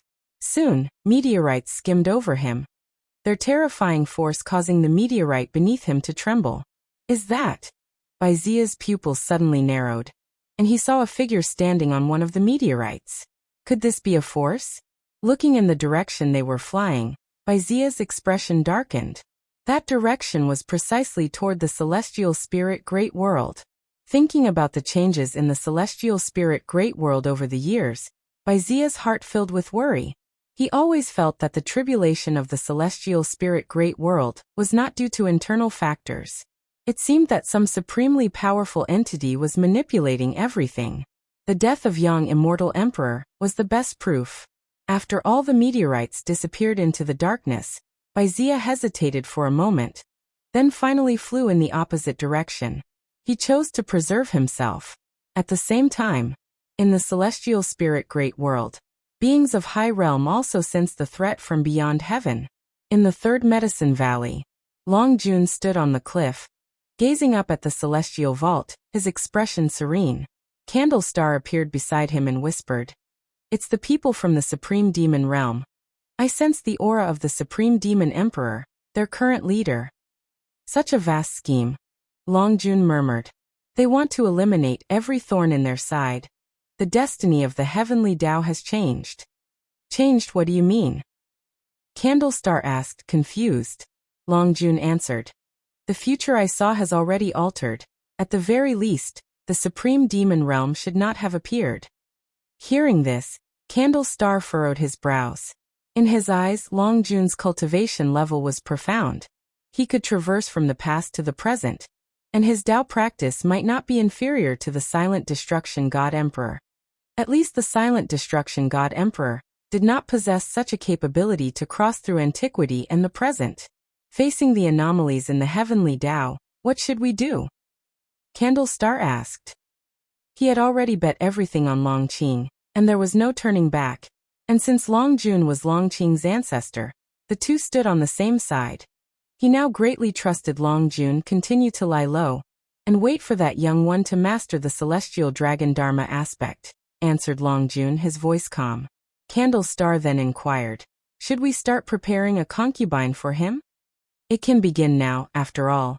I cannot see the upcoming situation clearly either. It's better to be prepared earlier."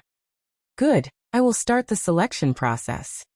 At the boundless mountain range, Liya and Sword Annihilation Ancestor reached the edge of the forest, looking out over the magnificent mountains ahead. Liya turned and looked at Sword Annihilation Ancestor, asking, "Master, did you feel it?" Sword Annihilation Ancestor furrowed his brows tightly and replied, "It's the aura of the Supreme Demon Realm. Their goal is to devour great heaven and earth, and now they dare set their sights on the celestial spirit Great World. There must be something fishy behind this." "The Supreme Demon Realm? Are they formidable?"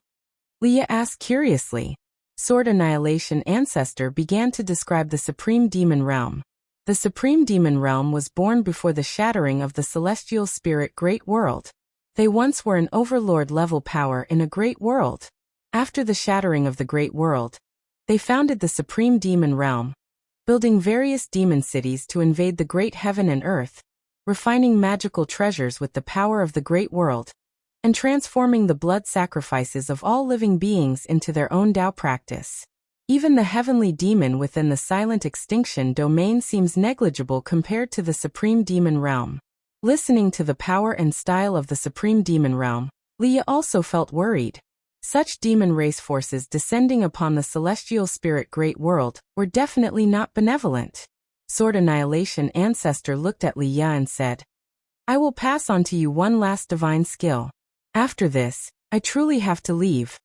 The two had parted several times, And each time Leah faced peril, Sword Annihilation Ancestor always couldn't help but intervene. This time, Sword Annihilation Ancestor spoke earnestly, making Leah feel his determination. Leah couldn't help but ask, "Master, where are you going?" "To the place from whence I came," Sword Annihilation Ancestor answered calmly. "What about the cause and effect you spoke of earlier? How should I handle it?" Hearing Leah mention the conditions of their discipleship, Sword Annihilation Ancestor deeply gazed at him and said, "Do not deliberately think about it. As you grow stronger, the cause and effect of your master will naturally involve you. Remember, this divine skill must not be used unless it's a matter of life and death." Seeing his master so serious, Leah could only nod, acknowledging his words. His heart, however, was filled with anticipation. The Supreme Demon Realm, huh? He wanted to see how powerful the Supreme Demon Realm was, what made it capable of frightening his master away. Boom! Heaven and earth trembled, startling everyone within the Taoist field of the beginningless.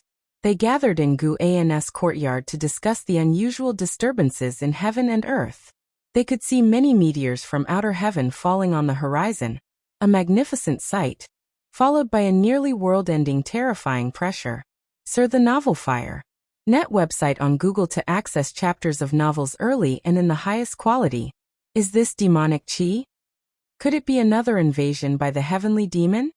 It feels different from the aura of the heavenly demon, such a heavy scent of blood. I wonder if there are others besides our master and young immortal emperor, who can save this world from continuous trials. There are countless strong beings in the world, but few who dare shoulder the safety of all living beings. While they were discussing worldly affairs, the door opened and Guan walked out from inside the house. Everyone immediately turned and greeted him. Guan surveyed them and asked, "How about you all go out and save the world?"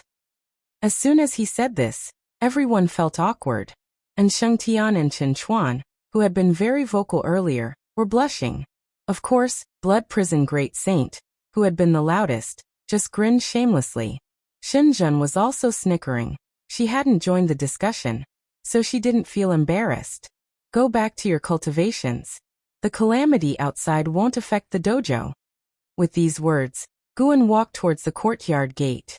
Hearing this, everyone looked at each other and breathed a sigh of relief. The aura from the Supreme Demon Realm was indeed too strong. Even while staying inside the dojo, they instinctively felt fear, making it difficult to cultivate peacefully. Hearing Gu An's words, they completely let go of their worries. The oppression from the Supreme Demon Realm was far less than their trust in Gu, and Shenzhen quickly caught up with Gu An's steps. After leaving the courtyard, they walked into the forest along the mountain path. Gu An's courtyard was located at the mountain's peak. The flowers and grass were lush, and the trees were tall. Walking among the trees, the speckled sunlight that fell looked so serene and mystical. "If I paint the demons outside right now, will it cause trouble?" Shenzhen stepped forward, walking shoulder to shoulder with Guan, and asked softly. Guan smiled and said, "You're scared too? Just paint if you want to." Hearing this, Shenzhen's face lit up with a smile. She curiously asked, "Such terrifying demonic chi doesn't intimidate you? What kind of being is worthy of being your opponent?" A breeze blew through the forest, cooling Guan's face. "My opponent has already appeared." Guan's statement spiked Shenzhen's curiosity. Unfortunately, her cultivation level was too low. In the previous disasters of the human world, she hadn't seen those world-shaking demonic figures. Search the novel Fire. Net website on Google to access chapters of novels early and in the highest quality. If you find any errors, ads pop up, ads redirect, broken links, non-standard content, etc., please let us know. Report so we can fix it as soon as possible. Chapter 544. Neither God nor demon. Dark clouds churned, and thunder rumbled incessantly as the vast ocean rose in angry waves, and heavy rain scattered with the wind. Amid those alarming surges, one could vaguely make out the shocking sight of corpses. Looking into the distance, one could see a fierce battle unfolding between the celestial sea. Countless cultivators besieged a demon tens of thousands of feet tall. The demon, human in form, was covered in black fur, dressed in black armor, and wore a horned iron helmet, resembling a war god from the demon realm. Wielding a terrifying greatsword, it could cleave the sea and slash the heavens with absolute, tyrannical might. Cultivators' bodies continuously fell, crashing into the gloomy sea and quickly being dispersed by the churning water. Miles away at the edge of the Nine-Spirit continent, Li Xuanyu and Tang Kai stood on a cliff, watching the battle from afar. Waves splashed against the shore, wetting their dresses, but they paid it no mind. How terrifying, this demon! Are such demons rampant all over the world? Tang Kai couldn't help but look at Li Xuanyu, exclaiming in awe. Several days ago, numerous meteors from outer heaven had descended, shaking the earth, and not long after, the human world faced a catastrophe. Only a few days had passed, and demons from outer heaven threatened Nine-Spirit continent. Li Xuanyu replied. The demonic chi from outside is indeed heavy, no wonder an Xian wanted us to stay. Tang Kai couldn't help but ask, Sister, you don't think Liu will get into trouble, do you? With his temperament, he's sure to dive right into the thick of it. I'm really afraid he might get seriously injured again. Don't worry, he has his own fortune. His life is much harder than either of ours. Li Xuanyu shook her head slightly and saying so, she turned to leave. Tang Kai took one more look at the distant battle at the edge of the sea, then followed Li Xuanyu's steps.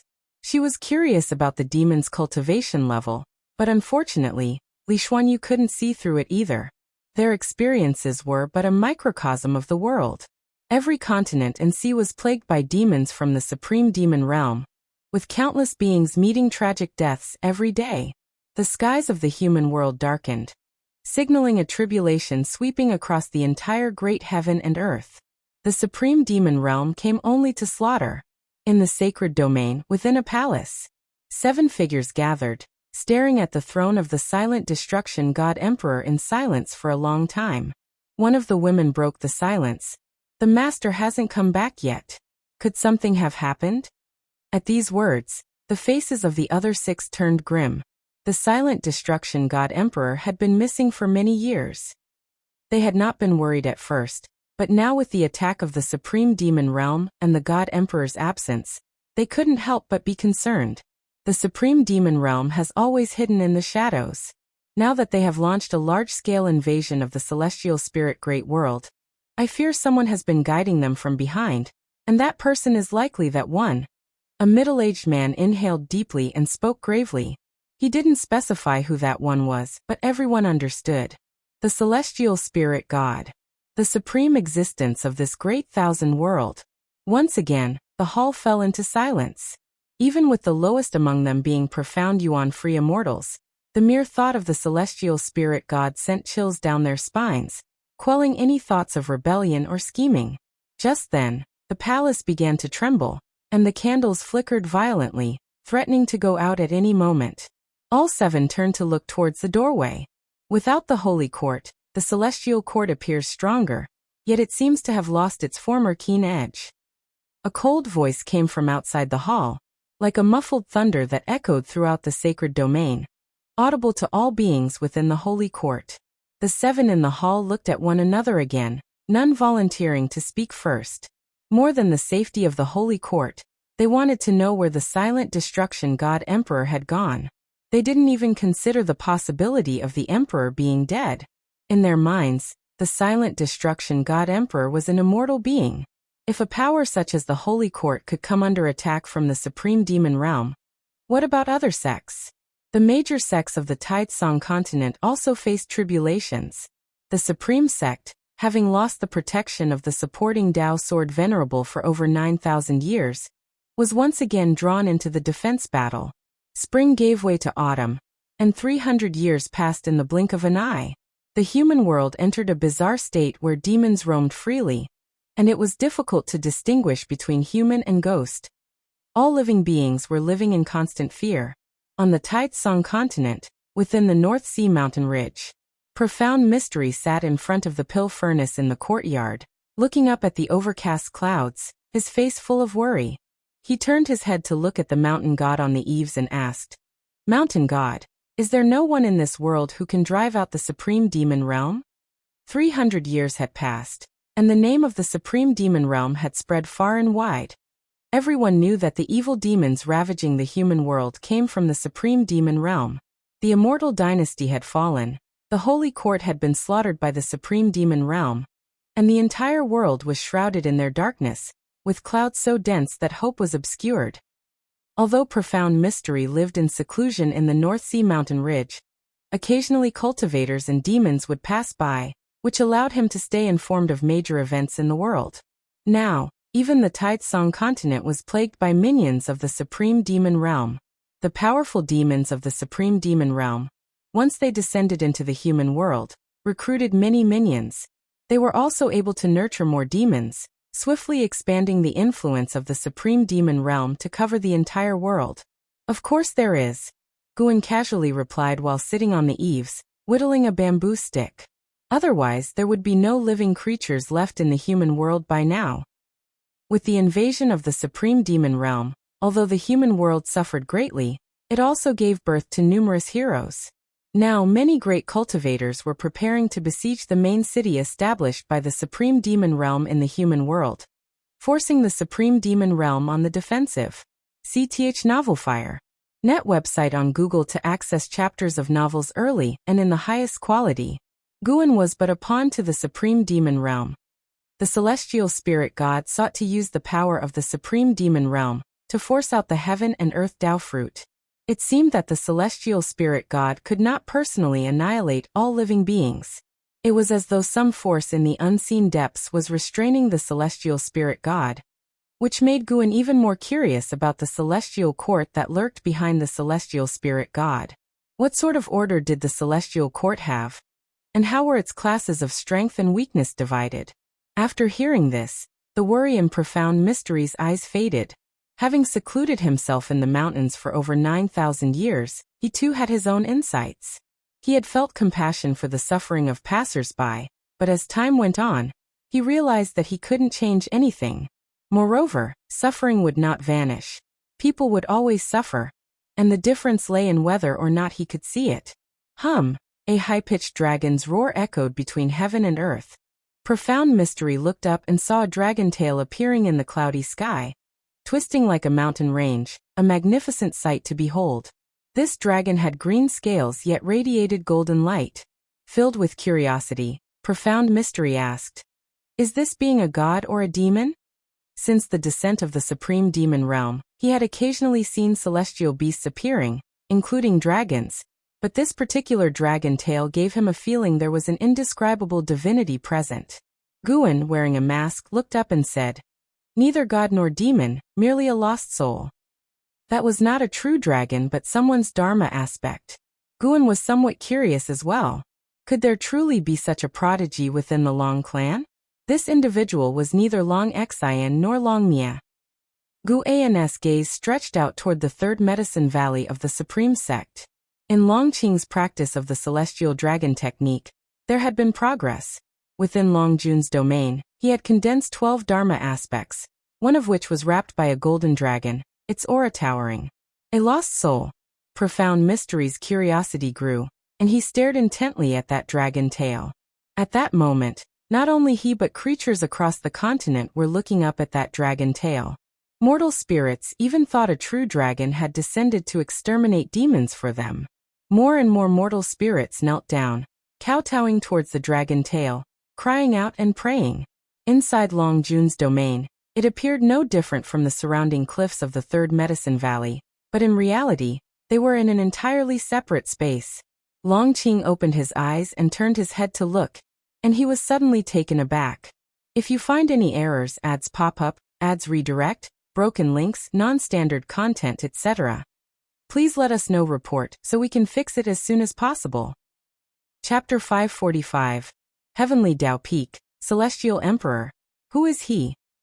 As he gazed at the Dharma aspect that was enveloping the golden dragon, Long Qing asked Long Jun. Long Jun looked at the golden dragon Dharma aspect, his expression quite complex, and said, "He is the previous you, your ancestor.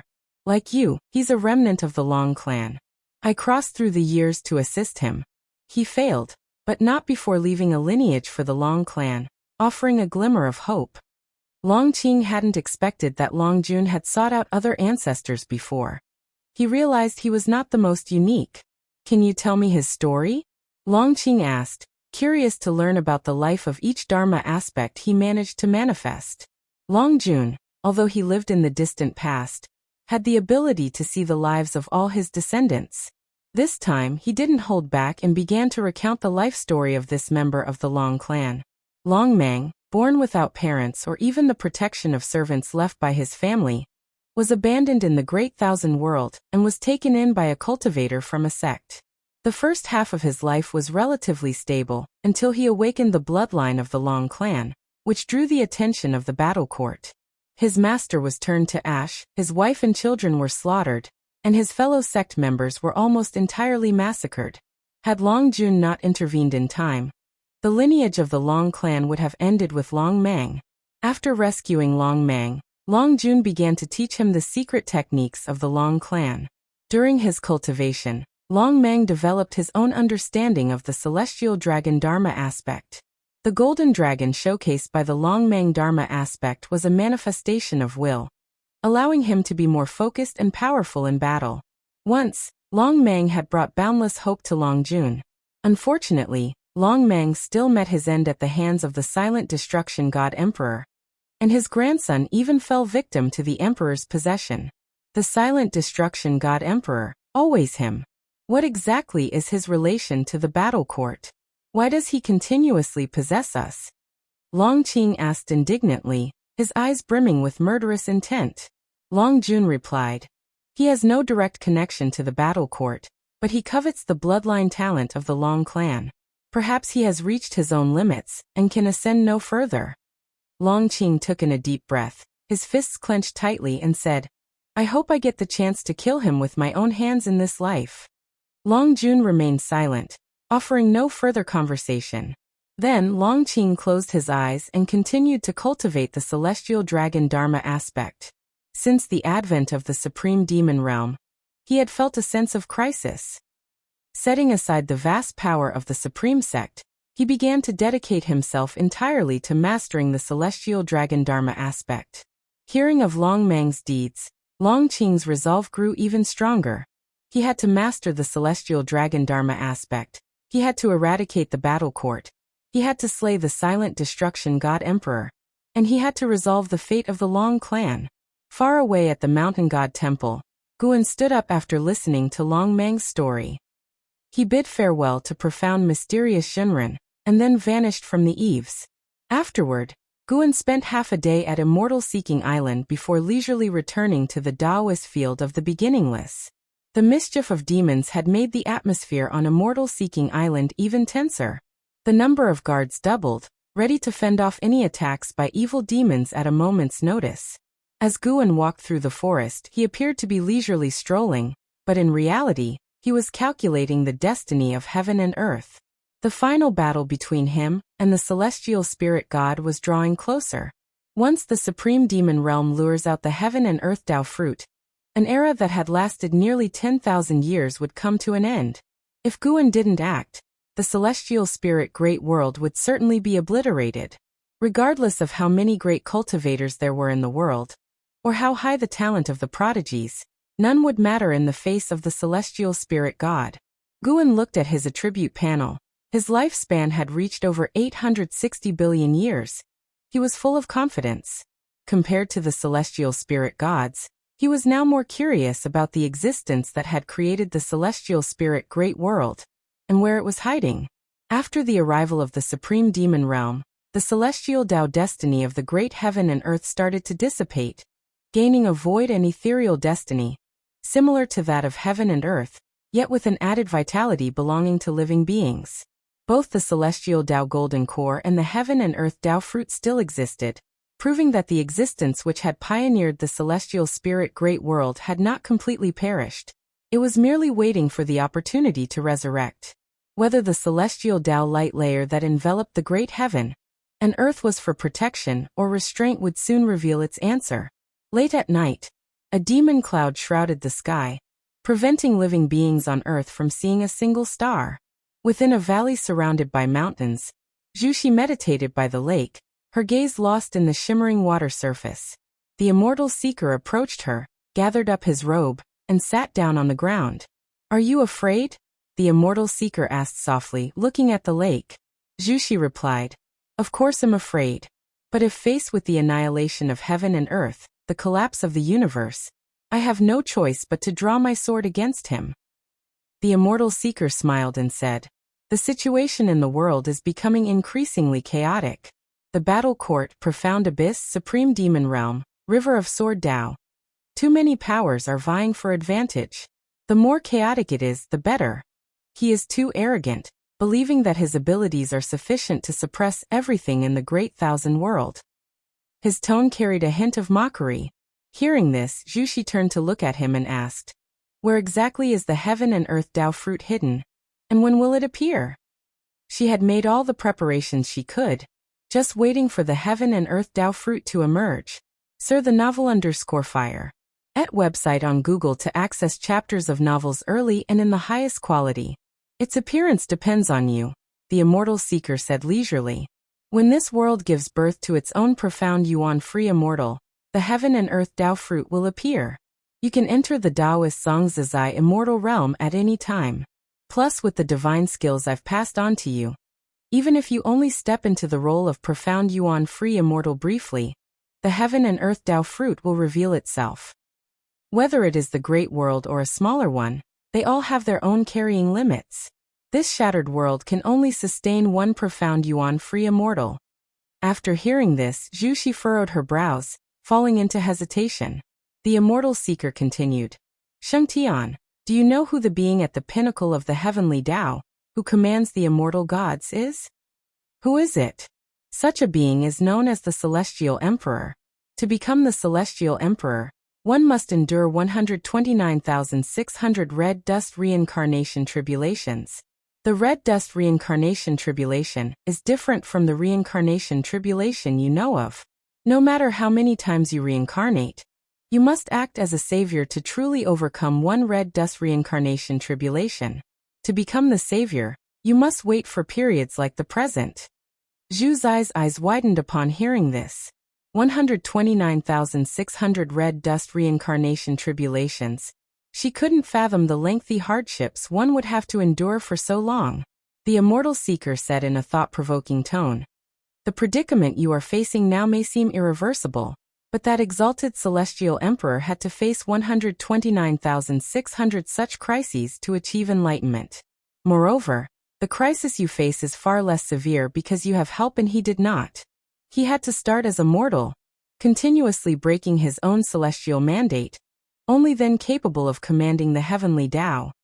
Your destiny pattern is unparalleled, and you have a heart aspiring to become the strongest, but you must realize that the path to being the mightiest is inevitably fraught with difficulties and requires unstoppable progress." Zhuxi took a deep breath, and her eyes gradually became resolute. She was unsure of how powerful the Celestial Emperor was, but she knew she first had to overcome the hurdle of the celestial spirit gods. "Even if it means death, I have to fight, especially when there's no way back." The immortal seeker's tone was firm, as if he, too, was speaking to himself. Search the novel_fire. .net website on Google to access chapters of novels early and in the highest quality. If you find any errors, ads pop up, ads redirect, broken links, non-standard content, etc., please let us know. Report so we can fix it as soon as possible. Chapter 546. Master, what is the profound yuan-free immortal? In the autumn season, the forests within the Taoist field of the beginningless gradually turned yellow and withered. Guan was instructing an Xian in her cultivation by a small river. The fairy, who appeared unfathomably profound in the eyes of Qiankuan's sect disciples, was now wearing a face full of distress, unable to grasp Guan's words. And all at once, an Xian felt ashamed. When she had been instructing the Qiankuan sect disciples, encountering those with dull spiritual root qualifications, she couldn't help feeling somewhat irritated. Yet looking at her master, facing the difficult task of teaching her, he remained composed, and even kept a smile on his face. She felt that her own path was still long. Little did she know, the reason why Guan was smiling was that Liya was taking a beating again. While others teamed up to combat the evil demons from the supreme demon realm, he alone was being pursued by a group of evil demons. Even though Liya was being chased, he did not lose his verbal edge. Every time he was about to be caught, he would burst forth with even stronger power to break out of the encirclement. He was excited, thinking that he had broken through the limit of his physical body, undergoing a transformation amidst the battle. Guan heard his heart's voice and was even more amused. "Oh, senior brother, your potential is my doing." As Guan thought this, he turned to an Exian and said, "If you can't figure it out, then take your time. It's meaningless to think about other useless matters instead of focusing on enlightenment." Upon hearing this, an Exian nodded earnestly. She stopped her wild thoughts and began to review the previous Tao teachings with concentration. Guan noticed her refocused mind and felt satisfied with her attitude. Besides Liya, other old acquaintances were also more or less caught in trouble. In the current times, the scramble for opportunities inevitably involved combat and killing. What Guan was most concerned about, however, was Zhu Xi. Zhu Xi had already stepped into the realm of Taoist Zongzizai Immortal, his body exuding the aura of reincarnation, clearly having regained his destiny pattern from his previous life as a saint of Shengtian.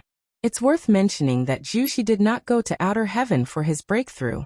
They were hidden in an ancient secret realm, and his breakthrough had caused quite a stir, covering the entire celestial spirit great world. However, since the supreme demon realm was causing chaos, the various sects did not fully mobilize to investigate the truth. Zhu Xi, who had reached the realm of Taoist Zongzizai Immortal, was preparing to impact an even higher realm, Profound Yuan Free Immortal. Guan was curious about the immortal seeker. Although he was a reincarnated being, his cultivation level was not strong in this life. How was he using other forces to help Zhu Xi break through by force? This power reminded Guan of the aura of the god of destruction. The god of destruction was also a god of the celestial court. In Black Profound Emperor's memories, the aura of the god of destruction was different from that of the celestial spirit god, but it was nonetheless related to the celestial Tao aura. The power that the immortal seeker borrowed was similar to that of the god of destruction, though there were also differences. Guan sensed carefully and felt that this power might be at the same level as the god of destruction and the celestial spirit god. Compared with the three, none was significantly stronger than the others. Interesting.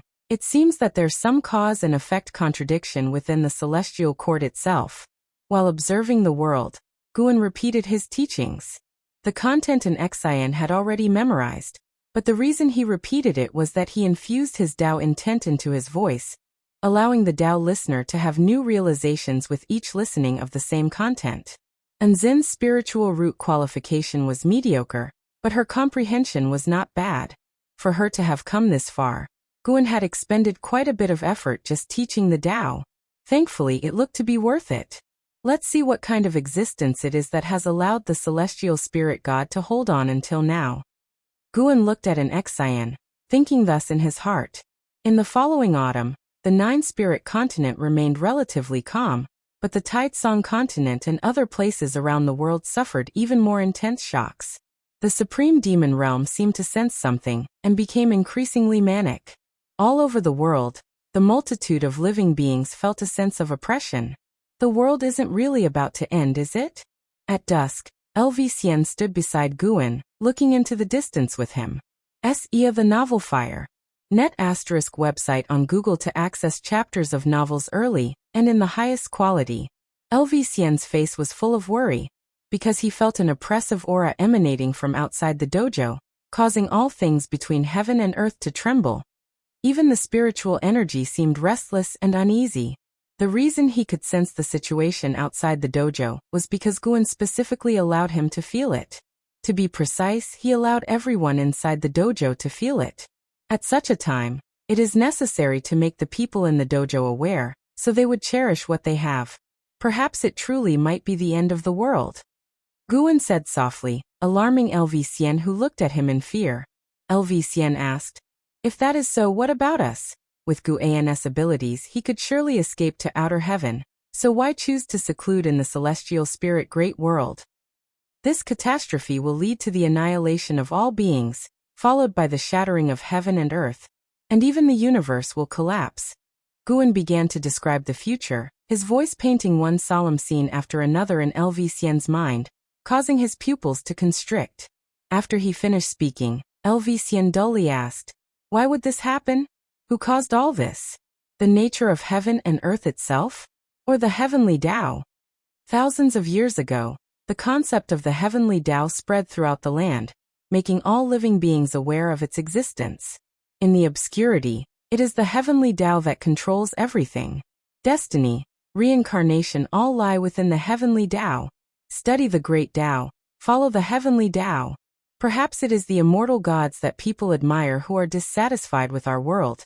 And soon you will see the truth for yourself, Guan said with profound meaning. Lv Xian subconsciously asked, "How soon is soon?"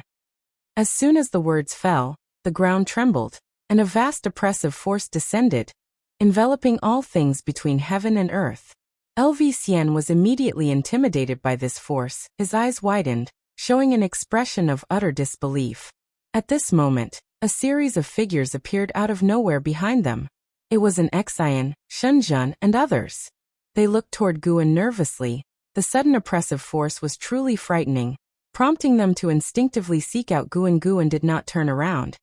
He looked into the distance and said, "Take a good look, recognize the true nature of this world. One day, you will have to face such despair on your own." Hearing this, an Xian was about to speak when a thunderous boom shook heaven and earth. Guan waved his sleeve, and a light screen appeared in front of them, reflecting a vast continent. At this moment, the continent was splitting apart, dust rising, with grand momentum. If one looked closely, amidst the spectacular surging tide, tendrils appeared as if something, a giant demon, was about to break through the soil. "What is that?" Shenzhen couldn't help but ask. No one answered her, and Guan did not explain, but let them continue to watch. As more and more dust arose on the continent, the view on the light screen zoomed out, showing more of the sea areas, while the continent was submerged by the surging waves. Soon, the expressions of an Xian and others began to change, some even with their mouths wide open in shock as if a mortal had seen a ghost. They saw a huge round fruit rising within the mighty surging tide, its surface covered in golden Tao patterns. It was larger than the continent, rising continuously, growing larger and larger. Chen Chuan turned his head to another direction, his eyes wide as he pointed and said in astonishment, "Look over there, quickly." Everyone turned to look, and saw a gigantic object appearing on the horizon, the same mysterious giant fruit from the light screen. That is the heaven and earth Tao fruit, the essence of heaven and earth itself. Without it, there would be no heaven and earth, nor would there be all things within heaven and earth, Guan introduced. Without waiting for anyone to ask, he continued, "Someone has reached the level of profound Yuan free immortal, prompting the heaven and earth Tao fruit to appear." Profound Yuan free immortal? Blood Prison Great Saint asked impatiently, "Master, what is a profound Yuan free immortal?"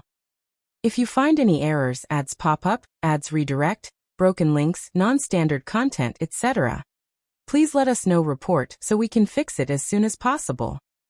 Chapter 547.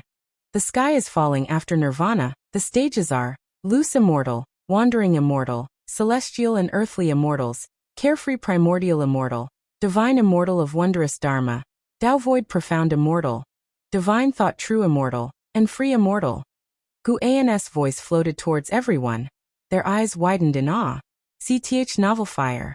Net website on Google to access chapters of novels early and in the highest quality. Guan, fearing they hadn't understood clearly enough, added, "Although Taoist Zongzai immortal and profound Yuan free immortal are still considered free immortals, the gap between each level far surpasses the 9 heavens of the immortal path. Once one reaches Taoist Zongzai immortal, they will cultivate a Tao fruit, the so-called Tao fruit." At this point, he stopped and turned his head to look towards the mysterious giant fruit on the horizon. Tao fruit? Chen Chuan couldn't help but ask, "Master, could this heaven and earth Tao fruit possibly be a cultivator's Tao fruit?" The others all looked at Guan, extremely tense, awaiting his answer. Guan replied, "Yes, the heaven and earth Tao fruit is indeed a cultivator's Tao fruit, and the catastrophe of heaven and earth is brought by the enemies who slew him." Everyone was shocked upon hearing this, turning to look at the heaven and earth Tao fruit that was still growing, feeling more powerless than ever. How many years of cultivation would it take to reach such heights? Yet such a being could still be killed.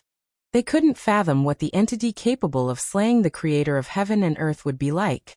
But they knew one thing. The sky was falling. Shenzhen looked at the heaven and earth Tao fruit with a strong urge to paint it down, and she instantly disappeared from the spot. An Xian looked at Guan with a hesitant face and asked, "Master, the pressure before the appearance of the heaven and earth Tao fruit. Why do I feel like I've encountered it before?" Upon her words, the others looked at an Xian in surprise. Had she also met a profound yuan-free immortal? Guan glanced at an Xian, his eyes showing a touch of satisfaction. He casually answered, "Indeed you have. Her name is Zhu Shi, who is also the Saint Heaven reincarnation." Saint Heaven reincarnation? Celestial demon child's eyes lit up with excitement as she asked, "Is it the Lord of the Holy Court?" Hearing Guan affirm with a everyone grew even more excited and began to discuss the legend of Saint Heaven. Guan said no more, vanishing into thin air, leaving the rest of the experience for them to feel for themselves. As the heaven and earth Tao fruit emerged, all sects across the world were alarmed, and one great cultivator after another flew towards the heaven and earth Tao fruit. Even Liya rode the 9 extreme sacred heart sword there. From afar he looked at the heaven and earth Tao fruit, incapable of reflecting the whole fruit in his pupils, while divine exotic immortal spirit stood on his shoulder, equally showing a face of disbelief. "What is that?" Divine exotic immortal spirit asked with a trembling voice, witnessing the heaven and earth Tao fruit, and instinctively feeling fear. The enormity of the heaven and earth Tao fruit shook all living beings' sight, and in the face of such creation, beings only felt reverence, not daring any disrespect. Liya also felt the pressure, and his flying speed began to slow. Reason told him that this was not something he could snatch, but another voice in his heart urged him to seize this supreme opportunity. As Liya hesitated, figures swept overhead, moving with great speed. Seeing so many fearless individuals, Liya felt greater courage welling up inside him. There's strength in numbers. Maybe he would be the one to seize it. Liya gritted his teeth and immediately accelerated forward. The enormous and spectacular heaven and earth Tao fruit hovered above the land and vast sea, with Zhu Shi and Immortal Seeker standing at the top of the heaven and earth Tao fruit, looking up into the dazzling starry sky. The celestial Tao light layer that enveloped the celestial spirit great world had become thin, as if it would completely disappear at any moment. Zhu Shi changed into a golden robe that clung to her body, her long hair coiled under a phoenix crown, with 2 golden dragons on her shoulders, and a crimson halo floating behind her. At this moment, she exuded an air of supreme dominance, her brows revealing a chilling disdain for all living beings. Lord of the Holy Court, Shengtian. Profound yuan-free immortal. The Immortal Seeker looked up inside. There are just too many fools who can't see. As his voice fell, a huge black hole appeared in the starry sky above, and blood-red waves of air surged out, writhing like tentacles, horrifying and terrible. Who would have thought that the celestial spirit great world could give birth to the profound yuan-free immortal during the shattered era? An authoritative voice echoed between heaven and earth, so that all creatures could hear. Zhu Shi did not look up, but instead gazed down at the heaven and earth Tao fruit below. Each golden rune glowed with a light unique to it, appearing mysterious. The Immortal Seeker whispered, "The Supreme Demon Emperor from the Supreme Demon Realm has arrived. If you want to merge the heaven and earth Tao fruit, you might have to deal with him first." As his voice fell, black holes of various sizes appeared from all directions, terrible auras spilling out from them. Their converging might made heaven and earth tremble. Zhu Shi did not raise her eyes. She simply uttered one word. "Good." Boom boom. The palace trembled, and Jiang Qiong, sitting at the highest seat, furrowed her brows. Her gaze turned to the palace doors outside, where the sky was dark, lightning flashed, and thunder roared. Fierce winds ravaged the forests, and in the far distance at the edge of the sky, one could vaguely see a terrifying behemoth. Heaven and earth Tao fruit. Looking at the heaven and earth Tao fruit, Jiang Qiong felt very uneasy. She always had the feeling of facing the apocalypse, as if it was the last day of heaven and earth. At that moment, A female cultivator swiftly flew into the hall, landing before the steps, and saluted Jiang Qiong. Master, the evil demon has left. It seems to be heading towards the distant mysterious giant fruit. Should we deactivate the sect protection formation? The female cultivator asked. The mention of the mysterious giant fruit caused her voice to hesitate for a moment. Jiang Qiong glared at her and said, "You feel the malevolence of this heaven and earth. Do you think it should be deactivated?" The female cultivator replied helplessly, "Master, the resources consumed by this formation are truly immense, and continuing like this could easily drag us down. Over the years, you have not allowed us to go out and compete."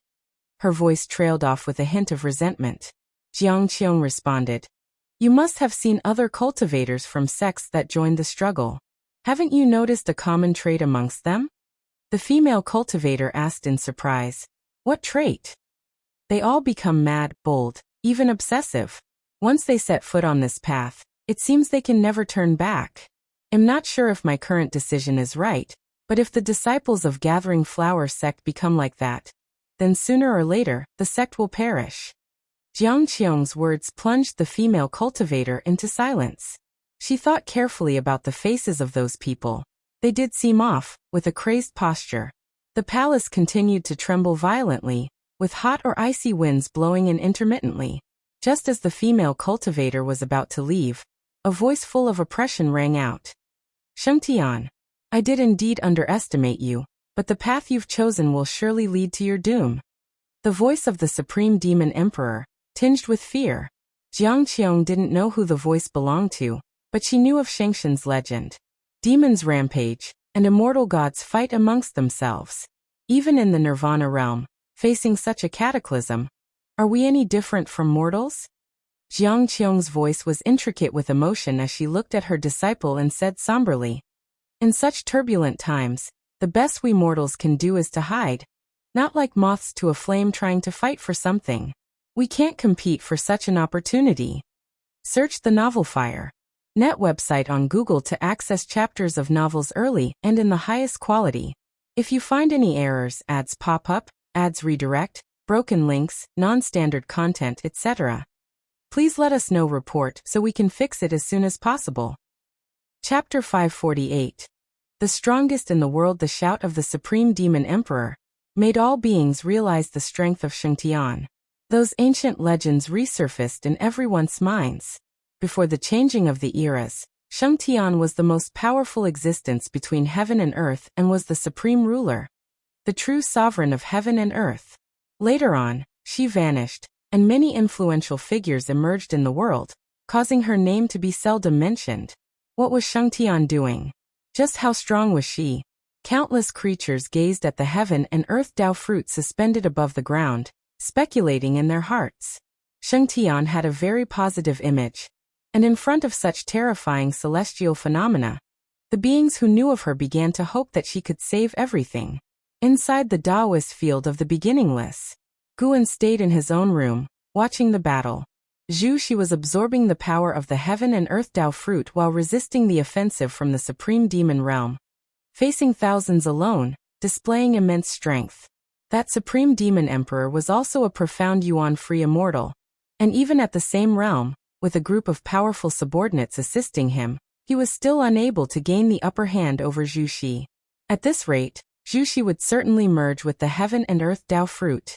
Judging by Zhu Zai's performance, Guan felt she was now invincible in the profound yuan-free immortal realm, which was quite exaggerated since she had not only just entered the profound yuan-free immortal realm, but had also just broken through from the Taoist Zhongzhizai immortal realm. Even with the borrowed power of the immortal seeker aiding Zhu Shi, her own battle talent was also very strong. Looking across all beings in the celestial spirit great world, judging solely by battle talent, Guan felt that only and how could barely compare to Zhu Shi. Liya, Elvisian, Yang Jian, Chen Chuan, and others were far behind. With Gu An's current cultivation level, he had the confidence to make such a judgment, for all beings in the world were within his sight. "Disciple, what would you do?" Guan muttered to himself, referring to An Hao, under the guidance of the celestial Dao Golden Core. And Hao also wanted to contend for the heaven and earth Dao fruit. But even with the power of the celestial Dao Golden Core, he couldn't possibly be Zhu Zai's opponent. The celestial Dao Golden Core and the heaven and earth Dao fruit both belonged to the same person, but the Dao fruit itself was transformed from the golden core. How this being could retain both Dao fruit and golden core, or what Daoist technique they cultivated, was unknown. Could he possibly nurture two golden cores? Guan began to look forward to this being's appearance. All the current struggles were a game between the celestial spirit god and the founder of the celestial spirit great world. All beings were mere pawns. Apart from Guan, the immortal seeker was the only variable. Long Jun from the past did not count. He was no threat to the celestial spirit god. As Guan continued to deduce, the battle between the supreme demon realm and Shengtian intensified, and the world began to feel the effects, with the range getting wider and wider. As the saying goes, when immortals fight, mortals suffer. Even a hint of their unleashed pressure was enough to plunge a region into crisis. Time flew by rapidly. An Xian, celestial demon child, Lv-Xian, and others couldn't calm down to cultivate. They gathered together, discussing the earth-shaking battle. The screen Guan left behind was reflecting the heaven and earth Dao fruit, which was precisely the battlefield itself. Sar the Novel Fire. Net website on Google to access chapters of novels early and in the highest quality. Looking at the unstoppable Zhu Xi, those who had seen her before were all marveling. They had never imagined that the once timid female disciple would have such a domineering side. It looks like the supreme demon realm can't stop her. She seems to be absorbing the power of the heaven and earth Dao fruit. Goodness, if she successfully absorbs it, will she continue to break through? This Dao fruit is heaven and earth itself. Controlling it would mean controlling the entire world. It's unimaginable. Yes, but don't forget what Master said. All of this is due to the machinations of immortal gods, who have yet to show themselves. Disciples excitedly discussed among themselves. They were amazed by Zhu Xi and the strength of the supreme demon realm. But they weren't panicked, although they didn't say it outright. Everyone felt in their hearts that Guan was the strongest. Even the blood prison great saint, who had seen the end of great heaven and earth, was calm. In his view, even if his master couldn't defeat that being capable of destroying the universe, he had the power to protect himself. As long as his master dared to continue watching the chaos, he wouldn't panic. He even suspected that his master wanted to snatch the heaven and earth Dao fruit. In the blink of an eye, 2 days passed. The battle for the Dao fruit continued. The supreme demon realm had already lost half of its forces, and much of the land had cracked, killing countless beings. Sea waves rolled endlessly into the distance, with many magical treasures and flying creatures following them. Various sects were migrating, and there were imperial dynasties taking their citizens to flee. But during the escape, there was both unity and shady deeds happening. Taitsong continent was far from the heaven and earth Dao fruit. Countless cultivators at the continent's edge were blocking tsunamis. There was no immediate catastrophe, but the hearts of everyone grew increasingly heavy. The longer time dragged on, the more disaster it brought to all beings. That day at noon, another boundless and mighty pressure descended. This pressure didn't make the creatures of heaven and earth feel uncomfortable, but instead brought a revitalizing sensation. That golden core has actually found an inheritor. Wait, could it be? The immortal seeker, standing on the heaven and earth Dao fruit, frowned and muttered to himself. Not far away, Zhu Xi continued to absorb the power of the heaven and earth Dao fruit. Looking upward, Zhu Xi was condensing a Dharma aspect even larger than the heaven and earth Dao fruit. With 1,000 arms, each holding different magical treasures, the Dharma aspect was ever-changing and dazzling to behold. Zhu Xi turned her head to look at him and asked, "Could it be what?" The immortal seeker had a complex look in his eyes, but simply shook his head slightly, saying nothing. Seeing that he was hiding something from her, a chill flashed in Zhu Zai's eyes, but she said no more. At this point she had no retreat. In fact, not seeing the celestial spirit god up to this point, Zhu Xi felt something was off. The absence of the celestial spirit god meant that even if her actions were successful, they wouldn't threaten him, which was a frightening prospect. Zhu Xi looked down at the heaven and earth Dao fruit beneath her feet, her gaze attempting to pierce through the golden Dao patterns, to see through the heaven and earth Dao fruit. A dazzling bright light struck from the side, hitting Zhu Zai's face. She glanced over to see a huge sun appearing in the sky, illuminating the entire celestial spirit great world. In an instant, the whole world was enveloped in strong light. The nearby continents and oceans were stripped of color. Boom, boom, boom, out of the massive sun surged waves of fire, forming huge golden dragons larger than mountains, breathing scorching heat. The heaven and earth Tao fruit, and how also desire it. A loud voice like thunder rang through heaven and earth, audible to all creatures.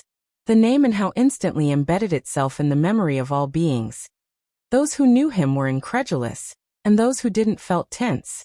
Just hearing the voice made one want to submit. Such a powerful being entering the battlefield would surely bring even greater catastrophe to heaven and earth. And how? At Supreme Sect, within the Third Medicine Valley, the aged LV Batian sat by his garden, looking up at the bright sun in the sky, mumbling to himself. His turbid eyes gradually brightened. In a trance, it seemed he saw the spirited youth from 9,000 years ago standing in front of him again. I really am old. LV Batian mumbled to himself. But you certainly aren't old yet. Where are you watching all this? Search the Novel Fire Net website on Google to access chapters of novels early and in the highest quality. If you find any errors, ads pop up, ads redirect, broken links, non-standard content, etc., please let us know. Report so we can fix it as soon as possible. Chapter 549. Celestial Spirit Immortal Venerable, Supreme Demon Emperor Guan appeared with the Celestial Tao Golden Core. And that magnificent celestial might made the situation in the great heaven and earth even tenser. Zhu Xi did not respond to Gu An's forceful shouting. She directly controlled the Dharma aspect to strike at Guan, releasing the profound primordial aura that made the rules of heaven and earth tremble, causing the celestial vault's thunderclouds to churn and change color, with various anomalies emerging one after another. The clash between the celestial Tao Golden Core and the heaven and earth Tao fruit affected the entire great heaven and earth. This time, there was no retreat for all beings, as the disaster was no longer centered around the heaven and earth Tao fruit spreading outwards, but instead causing the great heaven and earth to crack everywhere, with no pattern to speak of. In front of these two powerful forces, any being wishing to participate in the struggle did not even have the qualification to approach. The 7 subordinates of the silent destruction god emperor were not attracted to the heaven and earth Tao fruit. Instead, they flew towards the outer heaven. After a long time, they flew to the world gate, and in front of the seated celestial spirit god, they bowed respectfully, with a reverent attitude. One of them took out a long command token, and said carefully, "Celestial God, we wish to return to our great thousand world." The celestial spirit god did not open his eyes, but the world gate behind him began to tremble, and a strong light burst forth from within, which relieved the 7 individuals, who immediately flew into the world gate. After their figures disappeared, the world gate quickly returned to calm, and the strong light inside faded away. A mass of black chi condensed out of thin air next to the celestial spirit god, gradually forming a sinister, cold face. Celestial God, in this battle, my supreme demon realm has suffered heavy losses. Why have you not taken action yet? The mysterious face asked, its tone perplexed. The celestial spirit god slowly opened his eyes, which were brighter than the sun and the moon, and also demonstrated celestial might. Seeing him open his eyes, the aura of the mysterious face visibly weakened. I have my own certainty. What you seek is for the supreme demon realm, to become an independent great heaven and earth. Even if these demons die out, it doesn't matter. The celestial spirit god's tone was categorically strong-willed, causing the mysterious face to frown. The celestial spirit god's gaze looked towards the celestial spirit great world, his eyes indifferent, yet seeming to be anticipating something. May I ask, celestial god, now that the celestial Tao destiny has dissipated, why don't you simply destroy the celestial spirit great world? Your goal couldn't possibly be that heaven and earth Tao fruit. The mysterious face continued to ask, growing uneasy as the situation progressed. He couldn't quite pinpoint the source of his unease. He understood the celestial spirit god. This celestial god disdained deception, and would fulfill promises he made. But he didn't understand what the celestial spirit god was thinking. Do you know who created the celestial spirit great world? The celestial spirit god asked, his voice devoid of any emotion. The mysterious face answered, I only know of such a creator, unaware of their identity and name. He is the celestial spirit immortal venerable, surpassing the free immortal, condensing the golden immortal Tao fruit. The celestial court's immortal official recruited him, offering him the celestial Tao immortal position, life as long as heavenly Tao. The celestial spirit god explained. He refused. Thus he met such a fate, and his great thousand world is also not blessed by the heavenly Tao. The mysterious face went silent, pondering the celestial spirit god's intent. Was it a warning? Or was it touting the dominance of the celestial court? The celestial spirit god turned his head towards the mysterious face, his gaze making the mysterious face's color unnaturally change. Supreme Demon Emperor, you have undergone reincarnation tens of thousands of times, always one step shy of the golden immortal Tao fruit. The shortfall lies in your understanding of the world. Once you create a great world, you will naturally break through. But you must always remember who created everything and who set the order. When the heavenly Tao wishes you to do something, going against the heavenly Tao will mark the beginning of your endless calamity. The tone of the celestial spirit god made the one called Supreme Demon Emperor's expression fluctuate. Meanwhile, the great battle in the human world was still ongoing. Guan, who was manipulating the celestial Tao golden core, had white hair and skin that even started to show bloodstains. Even so, he was still resolutely staring at Zhu Xi. Zhu Xi glanced at him, her eyes revealing a disdainful sneer. She didn't understand what and how was fighting for, but the heaven and earth Tao fruit was a trap in itself. Countless beings went mad for it, reckless with their own lives. The immortal seeker looked at Enhao with a peculiar gaze, occasionally glancing back at Zhu Xi. Suddenly, Zhu Xi spoke up. It seems we both consider ourselves the savior, but I am stronger. If I'm not mistaken, what we're facing is not just the celestial spirit god, but also the existence who created the celestial spirit great world. Your disciple as well. As her words ended, Zhu Zai's eyes turned cold as she looked toward the immortal seeker. The immortal seeker had sought her out under the pretext of helping his disciple seek revenge. Now that his disciple was not entirely dead, their trust was naturally crumbling. Search *the Nellfire. NT website on Google to access chapters of novels early and in the highest quality. The immortal seeker sighed. I failed to see through him. I didn't expect him to hide so deeply. However, what comes next is a good thing for you. You won't have to face the celestial spirit god alone. Zhu Xi lifted her right hand, and the thousand-handed Dharma aspect above her changed gestures, the various magical treasures blazing with dazzling light. And how, suspended in front of the celestial Tao golden core, suddenly had his pupils constrict. The world in front of him changed abruptly, and he found himself in a barren land with no bounds. There was no sky above, only a brilliant starscape, and Zhu Zai's Dharma aspect loomed even larger above him, looking down. And Hao frowned. Behind him, more waves of fire surged from the celestial Tao golden core, quickly pulling him into it.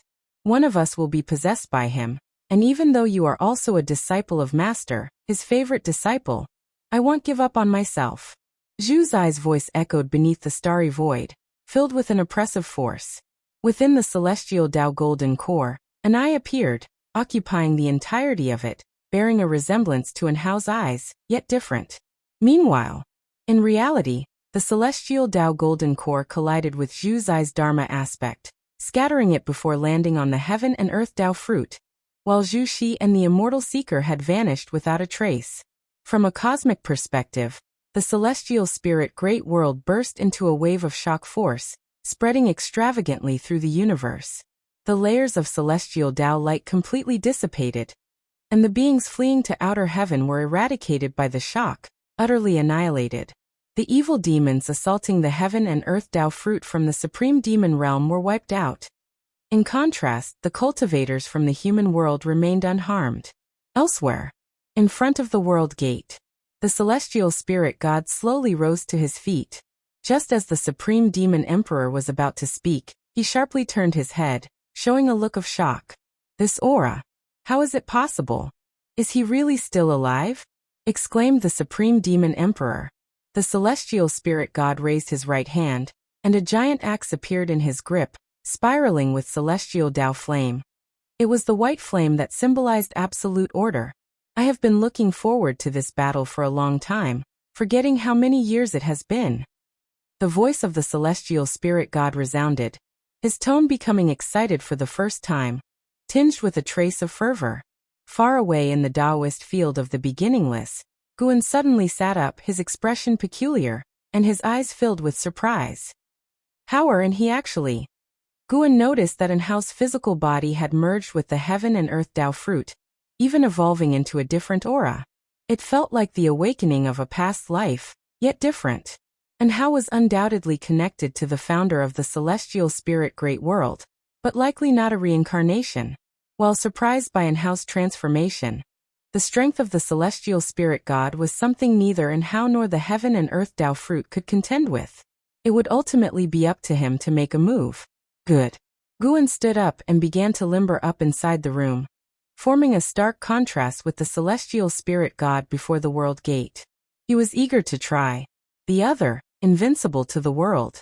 If you find any errors, ads pop up, ads redirect, broken links, non-standard content, etc., please let us know. Report so we can fix it as soon as possible.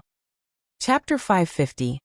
The Treasures of the Immortal Palace. The collision of the forces between the heaven and earth Tao fruit and the celestial Tao golden core not only made the world tremble, but also affected the other great heaven and earths within the universe, turning the disaster into a cosmic calamity. The Tao mist in the silent extinction domain surged violently, with pieces of nebulae dispersing and new ones being born. The cosmic beasts hidden in darkness began to flee in all directions, presenting a chaotic scene in the vast, boundless universe. At Supreme Sect, on the mountains at the edge of the Third Medicine Valley, Longqing, Longjun, and Candlestar stood side by side, looking towards the bright light on the horizon, their faces barely concealing their shock. Candlestar couldn't help but look at Longjun and asked, "Senior, can you see through all this?" He could feel a powerful presence awakening in the distance, its momentum increasing at an unimaginable pace. "I cannot see through it either. What is happening now is completely different from the future I foresaw," Longjun replied, his eyes complex.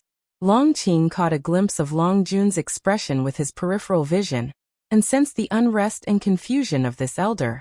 This was the first time he had seen such an expression on his ancestor's face.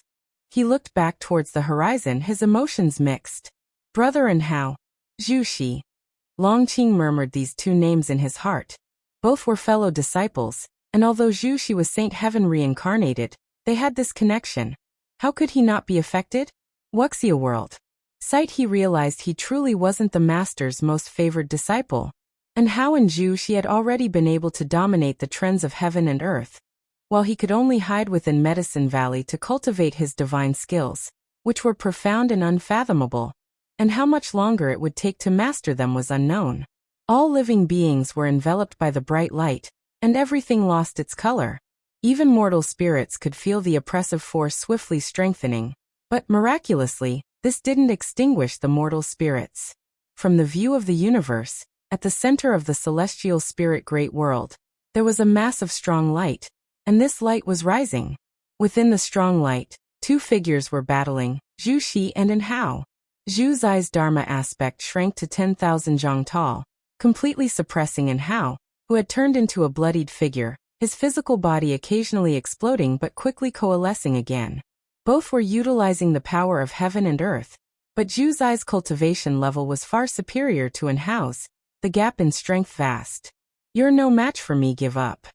Zhu Shi looked down upon Enhao, her cold voice echoing, her Dharma aspect not ceasing its spell casting. Enhao didn't utter a word, clenching his teeth and persevering, his blood-streaked white hair whipping about as if he were a mad demon. Patterns of gold slowly appeared on his chest, and soon an eye emerged. It was the mysterious giant eye from within the celestial Tao golden core. Seeing this eye, Zhu Shi frowned. At that moment, countless light stars burst forth from behind Zhu Shi, hurtling towards Enhao at high speed, and her expression drastically changed. She felt her own power being siphoned away, headed towards Enhao. The divine skills taught by the immortal seeker could prevent her from being devoured by the heaven and earth Tao fruit, but they could not stop the power of the heaven and earth Tao fruit from leaving. What's going on? Zhu furrowed her brows tightly, staring intently at Enhao. As the power of the heaven and earth Tao fruit surged into Enhao's body, he rapidly transformed into a blood silkworm, his curled-up body faintly visible. It wasn't just the power of the heaven and earth Tao fruit, but also the power of the celestial Tao golden core no longer lent to Enhao, but merging inside him in an inexplicable manner. Enhao was transforming into someone else. Meanwhile, Guan, exercising his muscles in secret, was startled by Enhao's fate turning murky, making him hesitant about whether to make a move prematurely. But if he struck prematurely, the master of the great world would still leave behind a hidden danger. If the will of the master of the celestial spirit great world remained and could observe all creatures, that posed a risk for Guan as well. He couldn't let anyone know of his ability to steal lifespans. So he would wait. It was only fair that Enhao should pay a price for his choices, since no one had forced him on this path. Guan saw the celestial spirit god move, holding that familiar massive axe and walking towards the celestial spirit great world. Behind him followed a mass of demonic chi, whose essence was the same as the evil demons of the supreme demon realm, especially similar to that of the supreme demon emperor. With just one glance, Guan saw through its cause and effect. The supreme demon emperor, the ancient being who established the supreme demon realm. The supreme demon emperor was merely his disciple, managing the supreme demon realm on his behalf while he had always hidden in the shadows, unknown to anyone in the supreme demon realm except for the supreme demon emperor. Feeling something, the supreme demon emperor suddenly stopped. The celestial spirit god paid no mind and continued forward, his eyes only on the celestial spirit immortal venerable. He didn't walk fast, still waiting for the celestial spirit immortal venerable to revive. Before long, having lost the power of the heaven and earth Tao fruit, Zhu Zai's cultivation level fell sharply, suddenly dropping to the Daoist Zongzai immortal realm. She couldn't help but spit out a mouthful of blood, her complexion instantly turning pallid. She looked ahead, and the blood silkworm transformed by Enhao had grown over 100,000 zhang tall. His figure had also become enormous, still curling up. A deep breathing sound came from inside the blood silkworm, as if the oldest demon god was about to awaken. Are you still not leaving? The voice of the immortal seeker entered Zhu Zai's ears. She turned her head to see the immortal seeker appearing beside her. His body emitted a faint silver light, his robe fluttering slightly, full of immortal energy. Zhu retorted, "Leave? Where do I go? To the world gate?" The immortal seeker sighed. "I underestimated him. Perhaps I was also calculated by him. I will help you leave. Your talent should not be buried here." Just as Zhu was about to continue mocking, the immortal seeker's soul emerged from his body and he turned, swinging his hand towards her. His palm was incredibly fast, so fast that even Zhu in the Daoist Zongzai immortal realm couldn't react in time. Struck by the palm wind from afar, Zhu Zai's eyes widened as she fell backward, a silver-white light gate appearing behind her. She fell straight into it, and the light gate abruptly vanished. The flesh of the immortal seeker perished, leaving only his soul floating in the void, his face showing a weary expression. He turned to look at the massive blood silkworm, his gaze complex. "My disciple, why must you also hide from your master? Could it really have been your fault back then?" The immortal seeker muttered to himself. "Celestial spirit immortal venerable, you established the celestial spirit great world, and were conferred the celestial Tao immortal position by the celestial court. Yet you refused and even harmed immortal officials, sacrificing all living beings. Now, do you still want to commit crimes?" The voice of the celestial spirit god came from the depths of the universe and reached the ears of all beings in the universe. The name celestial spirit immortal venerable made all beings remember. Establish the celestial spirit great world? Sacrifice all living beings? The information in these words struck fear into all beings. Then another voice arose. "What about you, celestial spirit god? Without my establishment of the great thousand world, where would your godly position come from? You force me to sacrifice all living beings, You keep the great thousand world in its shattered state, unable to be repaired by the heavenly Tao. Your actions have already violated the celestial rules. What are you pursuing? Do you think I don't know? Celestial spirit, immortal venerable. His voice was similar to Enhao's but more imposing. Listening to their dialogue, the immortal seeker furrowed his brow tightly, seeming to think of something incredible. He looked up at the giant blood silkworm and couldn't help but say, "Back when you followed me to the immortal palace, could you really have stolen that ultimate treasure?" The giant blood silkworm did not make another sound, and the celestial spirit god did not continue the conversation. Though the dialogue had ended, the vast oppressive force of the celestial spirit god was drawing near. Inside the house, Guan, listening to the conversation of the two, grew curious. What was the relationship between the celestial spirit god and celestial spirit immortal venerable? And what were the treasures they mentioned? Boom! Accompanied by a heaven-shattering loud noise, the universe trembled as the giant blood silkworm exploded. Blood winds raged in various directions of the universe. A towering figure appeared. It was Enhao, but more robust than before. His upper body bare, an eye growing on his chest, a black dragon wrapped around his waist. Vicious black chi surged below, encircling him, his white hair wildly flying. That face, identical to Enhao's, showed no emotion. He was Enhao, and he was also the celestial spirit immortal venerable. Reflected in his eyes was the approaching figure of the celestial spirit god. The two, separated across the universe, locked in a destined conflict with only each other in their sight. "Master, you shouldn't have come. Go back, pretend you know nothing of this. Whether it's him or me, whether alive or dead, do not pursue it further." The voice of the celestial spirit immortal venerable rang out again. Seemingly unafraid of others hearing, his voice still resonant. Chapter 551. Guan versus the celestial spirit god. Hearing the words of the celestial spirit immortal venerable, the immortal seeker's expression turned ugly, anger apparent in his eyes. "Why have you chosen to be born at this time?" The immortal seeker looked up at the figure of the celestial spirit immortal venerable and asked, suppressing his rage, knowing now was not the time for petty calculations. The celestial spirit immortal venerable did not answer, but instead turned to gaze toward the celestial spirit great world. His eyes filled with profound meaning. At the same time, a brilliant light appeared from the depths of the universe. It was the figure of the celestial spirit god holding the celestial Tao divine axe, stepping on the Tao rules. Every step he took, ripples spread throughout the cosmic space. Under his steps, the universe seemed ephemeral, ready to vanish at any moment. The celestial spirit immortal venerable turned back, refocusing his gaze on the celestial spirit god. He raised his right hand, palm facing upwards, and gold flames spontaneously appeared and rapidly coalesced into a great cauldron, growing larger continuously until it dwarfed his own form. Above the cauldron, a vortex with stars scattered within, breathtakingly beautiful, resembling the most mystical secret realm, brimming with allure. The moment the cauldron appeared, all beings felt as if their strength was being siphoned away. Countless fell paralyzed to the ground, those flying cultivators and demons crashing into oceans and between mountains. All at once, the celestial spirit great world fell silent. Inside the palace, Jiang Qiong lay weak on the staircase, looking toward the outside of the grand doors, her face revealing a look of despair. Wuxia world.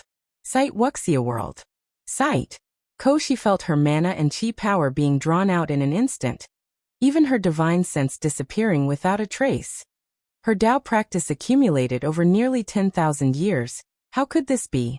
She couldn't fathom what she was experiencing, and what kind of being was behind this. Suddenly, her peripheral vision caught another pair of feet beside her. Her pupils dilated sharply as she was about to look up. A hand grasped her forearm. Endless mana poured into her, revitalizing her strength rapidly. Feeling this mana, Jiang Qiong didn't need to see the person to instantly let her guard down. She looked up with a smile on her face. "It really is you," Jiang Qiong said softly, her expression somewhat infatuated. Guan pulled her to her feet and asked with a smile, "Do you know why your mana disappeared?" Jiang Qiong leaned on him. "Why?" "Because the mana you cultivated and you yourself are creatures of great heaven and earth. for great heaven and earth to reclaim everything from you. It's as easy as turning over one's hand, Guan said with a helpless smile, feeling her body against his. At such a time, this guy was still making his moves. Hearing this, Jiang Qiong frowned, straightened up and asked, Great heaven and earth? Is great heaven and earth punishing us now? What did we do wrong? That's right, you did nothing wrong. But great heaven and earth is not what you think it is. It's actually a person, or rather a cultivator whose emotions cannot be swayed by those he created, like you. Gu An's answer shocked Jiang Qiong. Her beautiful eyes widened, speechless. Because the words came from Guan, she believed them. And because she believed, her perception was overthrown. She felt the world was preposterous. While Guan was explaining the truth about great heaven and earth to Jiang Qiong, the celestial spirit god had already arrived before the celestial spirit immortal venerable, no longer smaller in stature than the celestial spirit immortal venerable. Under the presence of the two mighty beings, the celestial spirit great world seemed nothing more than a stepping stone, no longer holding the grandeur and magnificence of great heaven and earth. The celestial spirit god, still holding the celestial Tao divine axe and emitting a strong heavenly light, dazzling to the extreme, looked at the great cauldron in the hands of the celestial spirit immortal venerable and spoke. Purple Chi creation cauldron, being with you has done it a disservice. Today, I hope you will let it show its true strength. The celestial spirit immortal venerable fixated on the celestial spirit god. You have grown stronger. The celestial spirit god lifted the celestial Tao divine axe, pointing at him. After I execute you and destroy your great thousand world, I will shed the identity of the celestial spirit, and ascend to an even higher rank among the immortal gods. Had you not ambushed me back then, the outcome would still be in question. As the celestial spirit immortal venerable's voice fell, the purple Chi creation cauldron burst forth with a vast Chi sea. The silvery stellar sea suddenly expanded, enveloping the entire universe. The aura of the celestial spirit immortal venerable surged relentlessly.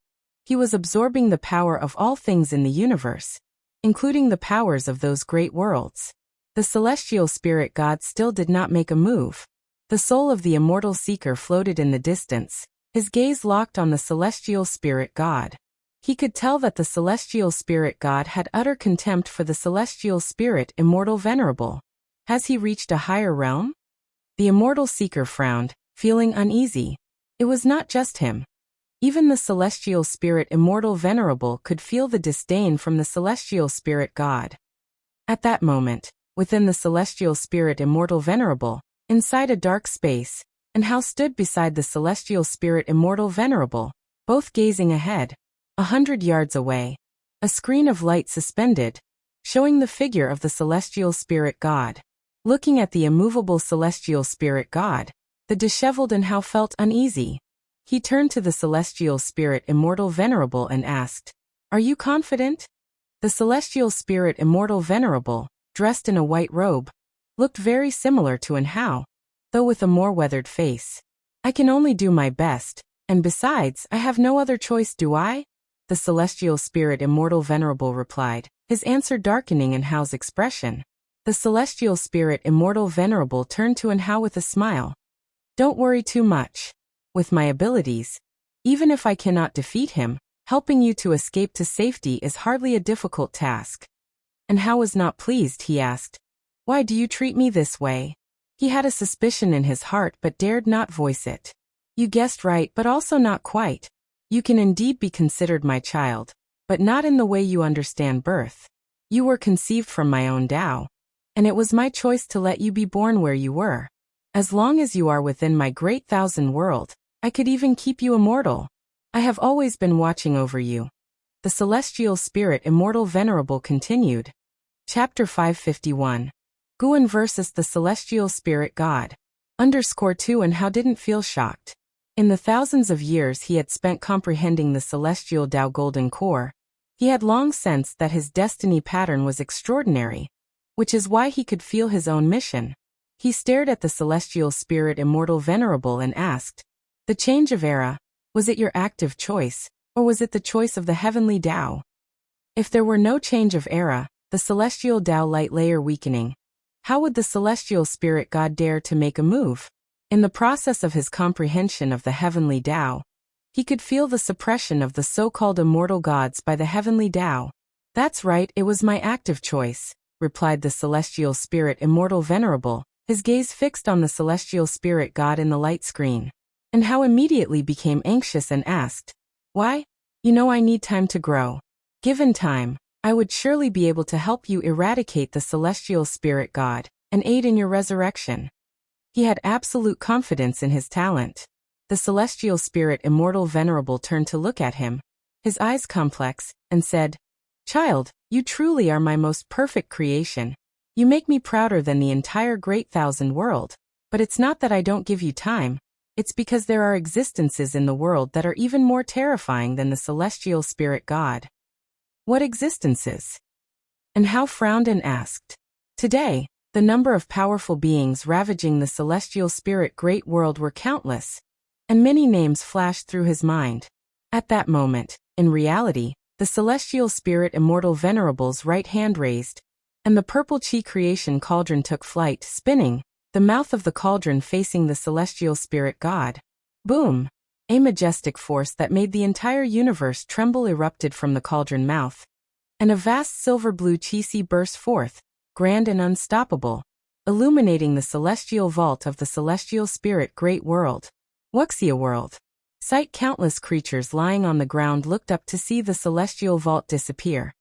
They saw a silver-blue giant river, within which countless stars twinkled. The eyes of all beings were filled with dots of silver-blue light. They saw the figures of the celestial spirit god, and the celestial spirit immortal venerable, resembling two founding gods, making all creatures feel their own insignificance. Even those in the immortal Tao realm felt nothing but infinite reverence in their hearts at this moment. The divine power of the purple chi creation cauldron fell onto the body of the celestial spirit god, blocked by a layer of white light. How domineering was this silver river, capable of destroying everything. The space it passed through was ripped apart into dark regions, yet even such a powerful force could not shake the figure of the celestial spirit god. "Is this all you can do?" The voice of the celestial spirit god sounded, with a hint of disappointment. Inside the dark space, and how witnessed this scene, his brows deeply furrowed. "As for what existence, I cannot tell you. Now our opponent is him, the celestial spirit god, the real immortal god." The celestial spirit immortal venerable looked ahead as he spoke, his expression returning to indifference. As his voice fell, the purple chi creation cauldron trembled, and from within that silver river emerged numerous silver figures. They swiftly attacked the celestial spirit god, and in the blink of an eye, the number of silver figures reached an exaggerated amount. They quickly surrounded the celestial spirit god, the disparity in their figures immense, like dust surrounding Mount Tai, yet somehow the dust was plentiful enough to completely surround it. Boom! A terrifying axe chi erupted, dispersing millions of silver figures, chopping through the silver river, striking the purple chi creation cauldron. And the mightily purple chi creation cauldron was directly sent flying. The purple chi creation cauldron disappeared into the depths of the universe, and all was once again silent. With just one move, the celestial spirit god had defeated the divine skills of the celestial spirit immortal venerable, even sending his treasure flying. The celestial spirit god maintained the posture of swinging his axe, his right arm turning slightly, swinging his axe again. The celestial spirit immortal venerable immediately raised his palm to defend, a powerful mana bursting forth containing the strength of thousands of great power of heaven and earth, wishing to contend against the celestial spirit god. Boom!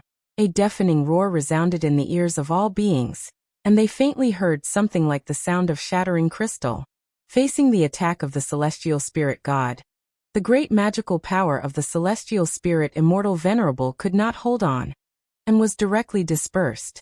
His flesh bore densely packed wounds, gruesomely ghastly, heaven balancing golden immortal. The immortal seeker floating in the void looked extremely ugly as he struggled to utter these four words. The heavily injured celestial spirit immortal venerable furrowed his brows, his gaze towards the celestial spirit god complex. Inside the dark space, the celestial spirit immortal venerable took a deep breath. And Hao's spirit was taut. He hadn't anticipated the disparity between the celestial spirit immortal venerable and the celestial spirit god to be so great. Yuan Hao asked cautiously. He didn't know how to show his concern, because right then, there was nothing he could do. It seems I cannot stop him. I will send you away. Once the celestial spirit great world is extinguished, you and I will have no more karma. Live well for me and witness an even vaster heaven and earth. The celestial spirit immortal venerable took a deep breath and spoke somberly. Upon hearing this, and how immediately became anxious. He was about to speak when the voice of the celestial spirit god resonated through the dark space. Humph. Trying to escape? Do you really think it's like the old days? Before the words even fell, the celestial spirit god in the light screen swung his axe again. This axe struck not only the immense body of the celestial spirit immortal venerable, but also shattered the light screen and the dark space. Intense light poured in, enveloping Hao and the celestial spirit immortal venerable. Hao was horrified to find himself suppressed by an incredibly strong force, completely unable to move. He could only glance towards the celestial spirit immortal venerable. However, what made him even more desperate was the look of panic that appeared on the face of the celestial spirit immortal venerable. What realm are you exactly? The celestial spirit immortal venerable bit out, equally unable to move. He knew that the celestial spirit god was strong, but he hadn't expected the gap to be so huge. Faced with the celestial spirit god, he had no power to resist.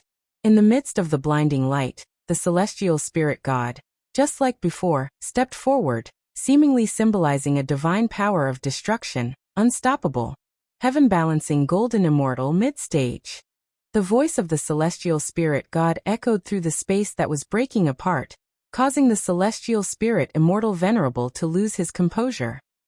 Chapter 551. Guan versus the celestial spirit god. _3 Even after creating the celestial spirit great world, the celestial spirit immortal venerable had barely reached the innate golden immortal realm, and the heaven-balancing golden immortal seemed infinitely distant to him. Almost an extravagant wish. However, the celestial spirit god had attained it, even surpassing the early stage. In a daze, the celestial spirit immortal venerable thought back to when his master had taken him to the immortal palace, and he saw the celestial spirit god.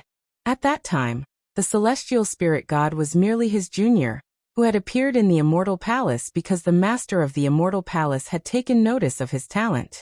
Rising from the mortal world, to become the heaven-encompassing free immortal, the celestial spirit immortal venerable didn't care about this. In his eyes, even if the talent of the celestial spirit god was extraordinary, it would never surpass his own. In the end, he died at the hands of the celestial spirit god. And now, the celestial spirit god had far surpassed him.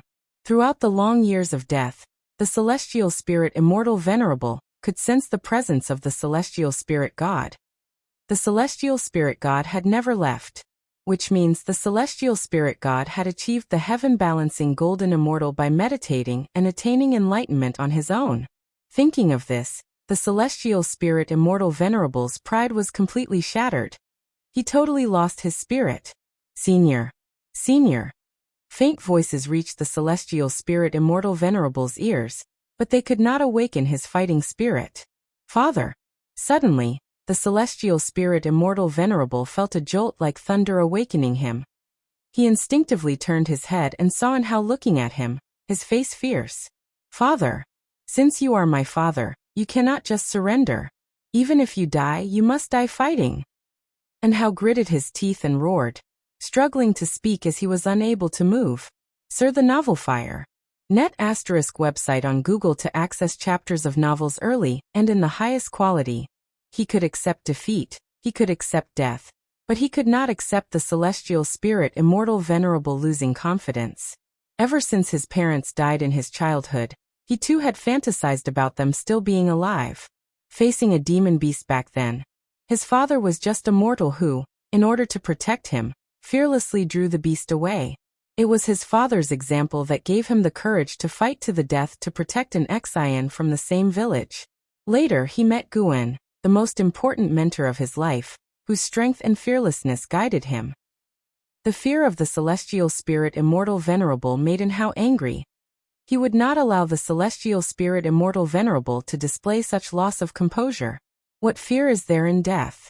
Touched by Enhao's gaze, the celestial spirit immortal venerable took a deep breath and looked back at the celestial spirit god with a determined expression. He struggled to raise his right hand, facing the aura of the heaven-balancing golden immortal, his hand shaking uncontrollably, not from fear, but from being unable to bear the pressure. Even in death I must protect him. The celestial spirit immortal venerable bit his teeth, thinking thus in his heart. Suddenly, the celestial spirit god appeared abruptly in front of the two, raising the celestial Tao divine axe high, ready to strike at Enhao. He intended to execute Enhao right in front of the celestial spirit immortal venerable. The pupils of the celestial spirit immortal venerable shrank. Time seemed to freeze, and he felt so slow. Although Enhao was right beside him, his hand just couldn't reach him. Enhao's face was illuminated by a bright light. He remained fierce, his eyes filled with towering rage, staring fixedly at the celestial spirit god. He was ready to face death, but he did not wish to die without dignity. Boom! Darkness fell before Enhao's eyes, and then a wild wind arose. The pressure that bound him suddenly vanished, but another indescribable force enveloped him, forcing him to close his eyes. Ah! The surprised voice of the celestial spirit god rang out, startling Enhao into hurriedly opening his eyes. When he saw the figure before him, his eyes widened, and his body trembled. Between the celestial spirit god and Enhao, a figure appeared, blocking the celestial Tao divine axe in the hands of the celestial spirit god. The divine axe was suspended above the head of this person, unable to fall, the blade about 10 centimeters from their forehead, but it was these 10 centimeters that saved Enhao's life. The celestial spirit immortal venerable also felt the binds on himself disappear, and turned to look at the figure that had appeared. His brows furrowed tightly, his eyes filled with fear. Master! Enhao exclaimed excitedly. That person was none other than Guan. Guan, dressed in black, stood in front of Enhao, his robe fluttering, the Cyan Hong sword hung at his waist, his right hand still resting on the hilt, as he calmly stared down the celestial spirit god. As their four eyes met, the celestial spirit god's gaze held a scrutinizing hint, while Guan was as peaceful as still water. Guan had imagined countless times standing in confrontation with the celestial spirit god. Now that the moment had truly arrived, his heart settled into an unprecedented calm. At that moment, facing the celestial spirit god was not just Guan. There was also the extremity, Yangxian, and the Black Profound Emperor. Search the novel Fire. Net website on Google to access chapters of novels early and in the highest quality. If you find any errors, ads pop up, ads redirect, broken links, non-standard content, etc., please let us know report so we can fix it as soon as possible. Chapter 552. Celestial Idao Skill. One sword slays God, Celestial Spirit God. Middle stage of Hengtian Golden Immortal Realm 0/0/0. Guan looked at the lifespan detection prompt before him, feeling puzzled. The fact that information could be detected indicated that this celestial spirit god was indeed in real flesh. A situation where all values were zero made him think of the divine exotic ghost king. Was this so-called immortality dependent on sacrificing one's own lifespan to some power? Who are you? The celestial spirit god's voice echoed in the fragmented dark space, his posture poised with the axe raised.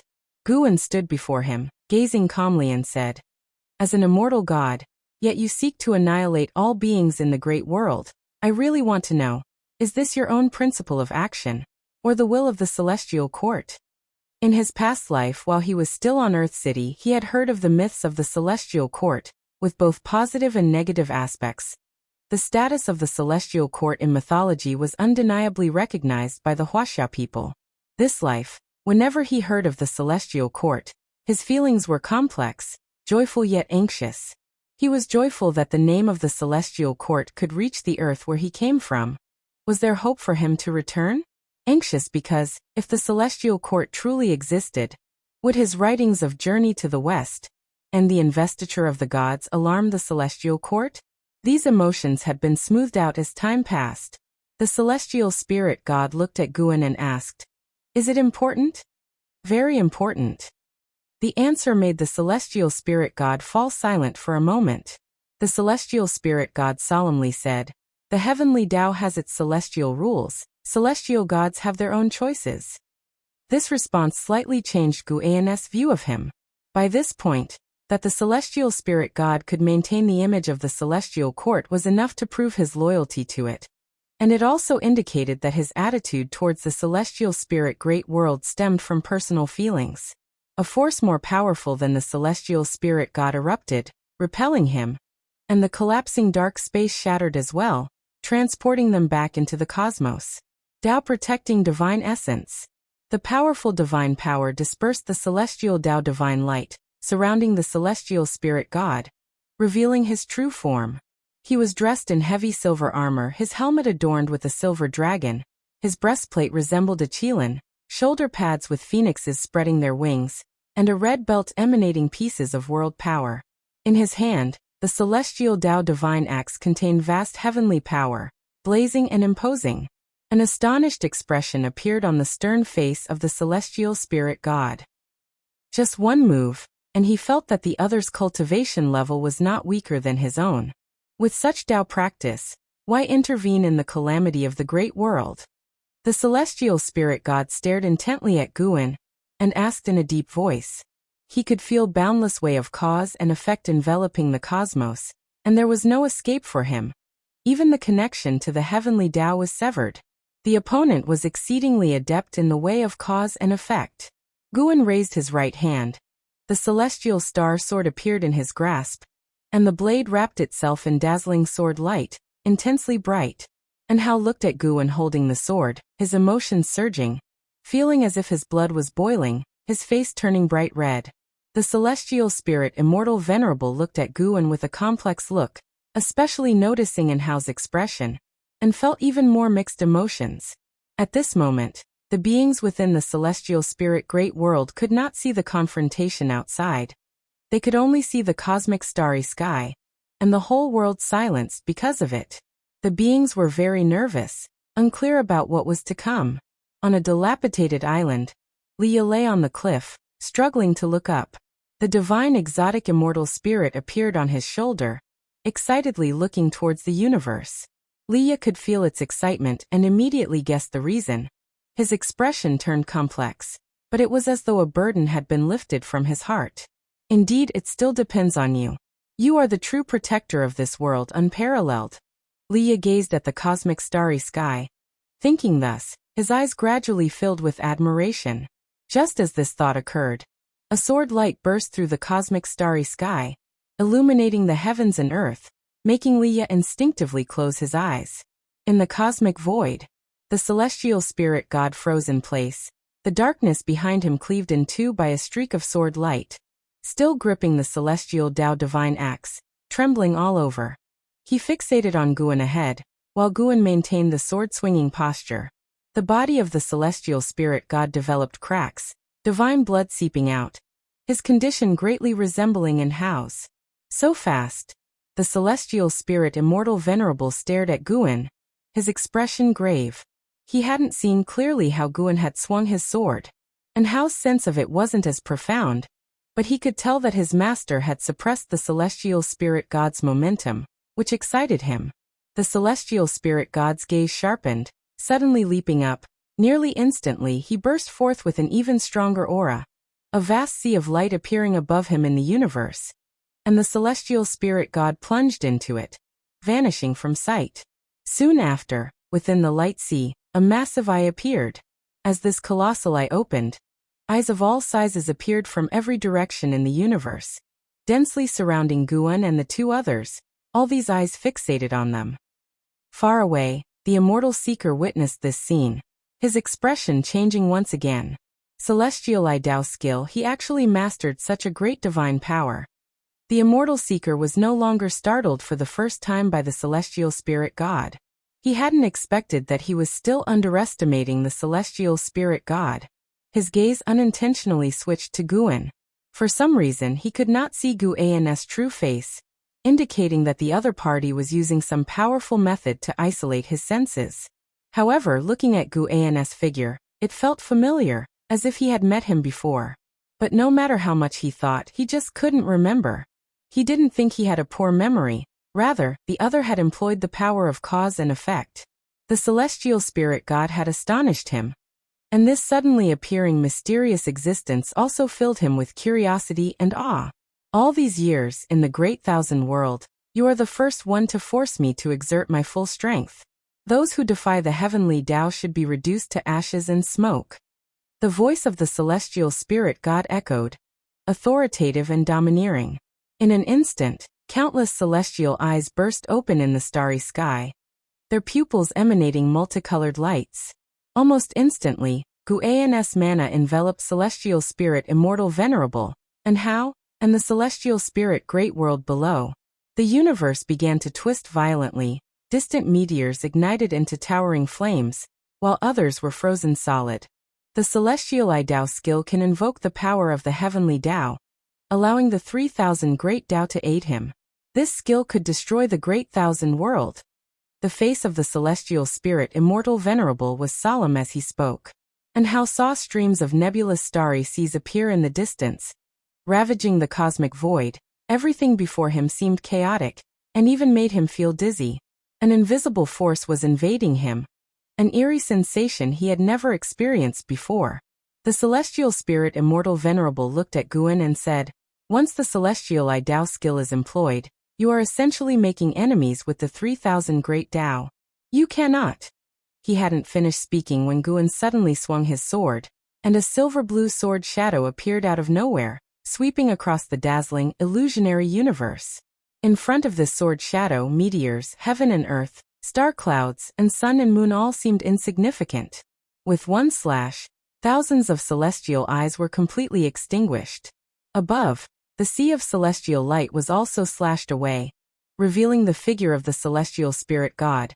His silver armor shattered, exposing his bloody and mangled body, his helmet thrown aside, his black hair splayed out. The celestial spirit god's eyes widened, incredulously looking at Guan. Guan suddenly appeared before him, his left hand quickly grasping the celestial spirit god's long hair, then raising his sword to slash. The sword light shone across the universe, illuminating thousands of great worlds and countless little worlds. Celestial spirit immortal venerable, and immortal seeker, and the observing great power cultivators from afar all blinked their eyes. And when they opened them again, the omnipresent celestial Tao pressure enveloping the universe began to dissipate. They all looked in the same direction and saw a blurred figure floating in the void, one hand wielding a sword, the other holding the decapitated head of the celestial spirit god. Behind that figure still lingered the magnificent blue sword shadow, scattered deep into the universe. The divine blood of the celestial spirit god spilled down, scorching the space, causing meteors to be penetrated by the droplets, much of the divine blood falling into the celestial spirit great world, vanishing from the mortal world. The celestial spirit immortal venerable watched, dumbfounded. And too was shocked. He knew his master was strong, but the celestial spirit god had already demonstrated an invincible demeanor, and such a powerful being had no chance against his master. Even more hopeless than the celestial spirit immortal venerable facing the celestial spirit god. At that moment, the decapitated head of the celestial spirit god that Guan held in his hand still had its eyes open, gazing up at Guan, filled with fear. It's impossible. Who are you really? The celestial spirit god asked in a trembling voice, unable to accept that his celestial Tao skill had been annihilated by a single sword strike. Even an image came to his mind. Fire. Net website on Google to access chapters of novels early and in the highest quality. That person, whose sword Tao talent had left a deep impression, if allowed to grow, could he reach the level of the man before him? Guan looked down at him expressionlessly, his right hand performing the universe in hand divine power, drawing the head into his palm, disappearing from sight. After doing all this, Guan turned around, looking at the universe. His eternal infinite divine sword had broken the celestial Tao skill. Yet the universe was still collapsing. This scene seemed to be moving towards the future he had predicted before. Although he was powerful, he could not manipulate the Tao rules of the Great Thousand World, because this Great Thousand World did not belong to him. Guan could feel that the reason for the universe's collapse was not just the celestial I Dao skill, but other factors as well. His gaze looked far towards the celestial spirit immortal venerable. The celestial spirit immortal venerable was also looking back at him, his face calm like a deep lake. And Hao also snapped out of his excitement, realizing the universe was collapsing, the atmosphere everywhere dense with danger and tension. Could it be? And Hao seemed to think of something, his expression turning unsightly. The celestial spirit immortal venerable turned his head towards him and calmly said, "Previously, I extracted all the heaven and earth's power, already causing this great thousand world to lose its stable Dao order, coupled with the disruption of the celestial I Dao skill. This great thousand world is on the verge of annihilation, ceasing to exist." Upon hearing this, and Hao, surprisingly unalarmed, looked at the celestial spirit immortal venerable and asked, "What should we do then? Don't you have the slightest pity for all living beings?" The celestial spirit immortal venerable turned his head, looking far off at the figure of Guan, and said, "Previously, indeed I had none. However, when I saw him just now protecting the creatures of various heavens and earths from the oppression of the celestial I Dao skill, I suddenly felt that I really should do something. It's also a good opportunity for me to repay him for his care and instruction towards you." As his words fell, the celestial spirit immortal venerable burst into a bright light. His celestial Dao golden core and heaven and earth Dao fruit flew out from his chest, hovering over his shoulders. "I will let this great thousand world be reborn in a new way, wash away the past cause and effect, allowing celestial court to not pursue the death of the celestial spirit god, so he can stay here at ease." Search the novel Fire Net website on Google to access chapters of novels early and in the highest quality. If you find any errors, ads pop up, ads redirect, broken links, non-standard content, etc., please let us know. Report so we can fix it as soon as possible. Chapter 553. Reshaping the Great Thousand World. Hearing the words of celestial spirit immortal venerable, and Hao's expression darkened. He realized what the celestial spirit immortal venerable intended to do, and he could neither agree with it nor stop it. The celestial spirit immortal venerable wanted to sacrifice himself to save all living beings. As a son, and Hao could not agree, yet he could not disregard the life and death of all beings to stop him either. The celestial spirit immortal venerable took a deep look at Guan. The celestial Dao golden core on his shoulder burst forth with golden light, and the heaven and earth Dao fruit rose up, quickly blossoming into expanding spiritual energy that symbolized vigorous life force. And Hao was baptized by the celestial Dao spiritual qi, and his wounds recovered rapidly. He clenched his fists tightly, gritting his teeth as he watched the gradually dissipating figure of the celestial spirit immortal venerable. Guan watched this scene from afar, feeling somewhat conflicted. He guessed that the celestial spirit immortal venerable had noticed him, which made him uneasy. However, due to the relationship between the celestial spirit immortal venerable and Hao, he could not make a move against the celestial spirit immortal venerable. Now that the celestial spirit immortal venerable had chosen to sacrifice himself to protect the beings of great heaven and earth, it was also a good thing for Guan. "I was born in the celestial spirit great world, and owe you a debt of gratitude. If there is a chance in the future, I will assist you in being reborn." That's what Guan thought to himself. He didn't dwell on it any longer, but chose to carefully sense the creation of heaven and earth. He too could create a great thousand world, but even if he did, he could not take a lifespan from his own great thousand world, so he did not do so. Taking a lifespan from within his own great thousand world would be like devouring his own mana, which would not increase his mana. However, even without doing so, he could comprehend the creation of the celestial spirit immortal venerable, thereby enhancing his understanding of the Tao. This was a rare opportunity, an opportunity brought by the self-sacrifice of an innate golden immortal. As the spiritual energy of nature spread, the twisted space of the universe gradually calmed down.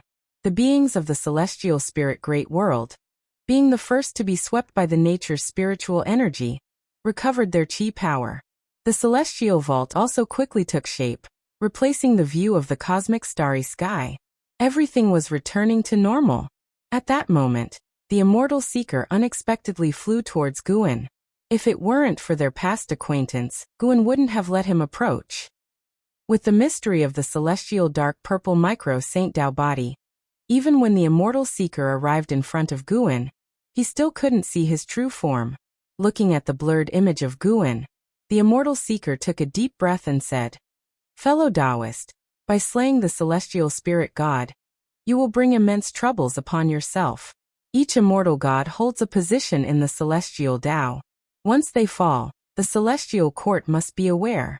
Even if you use cause and effect to isolate this great thousand world, as long as the celestial court wants to investigate, finding you is only a matter of time. Among the celestial court, there are countless beings more powerful than the celestial spirit god. To the immortal gods of the celestial court, nothing is more important than its majesty." Guan looked down at the immortal seeker and asked, "So what are you trying to say?" The immortal seeker replied, "If fellow Taoists can secure a celestial Tao immortal position before the celestial court becomes aware, with your Tao practice, even if you're punished, the loss won't be significant. Celestial Tao immortal positions are easy to come by? I must be honest, I have an opportunity for a celestial Tao immortal position in my possession." "That's not necessary. You may leave now. Your presence is a threat to me and to this great thousand world." Guan's response elicited a wry smile from the immortal seeker, who immediately bowed and took his leave. Before going far, his soul dispersed. The immortal seeker's method of fleeing this realm was self-demise. Guan wasn't much affected. He turned his gaze toward Enhao. Celestial spirit immortal venerable, was remaking the Tao rules of the great world, harboring a personal interest in bestowing his Tao inheritance upon Enhao. Even though it couldn't make Enhao's cultivation level soar directly, it could help Enhao cultivate better. Guan didn't interfere, nor did he fear any tricks from the celestial spirit immortal venerable, because he could sense that the causality of the celestial spirit immortal venerable was dissipating, not an act. However, Guan frowned lightly, his gaze shifting to the depths of the universe.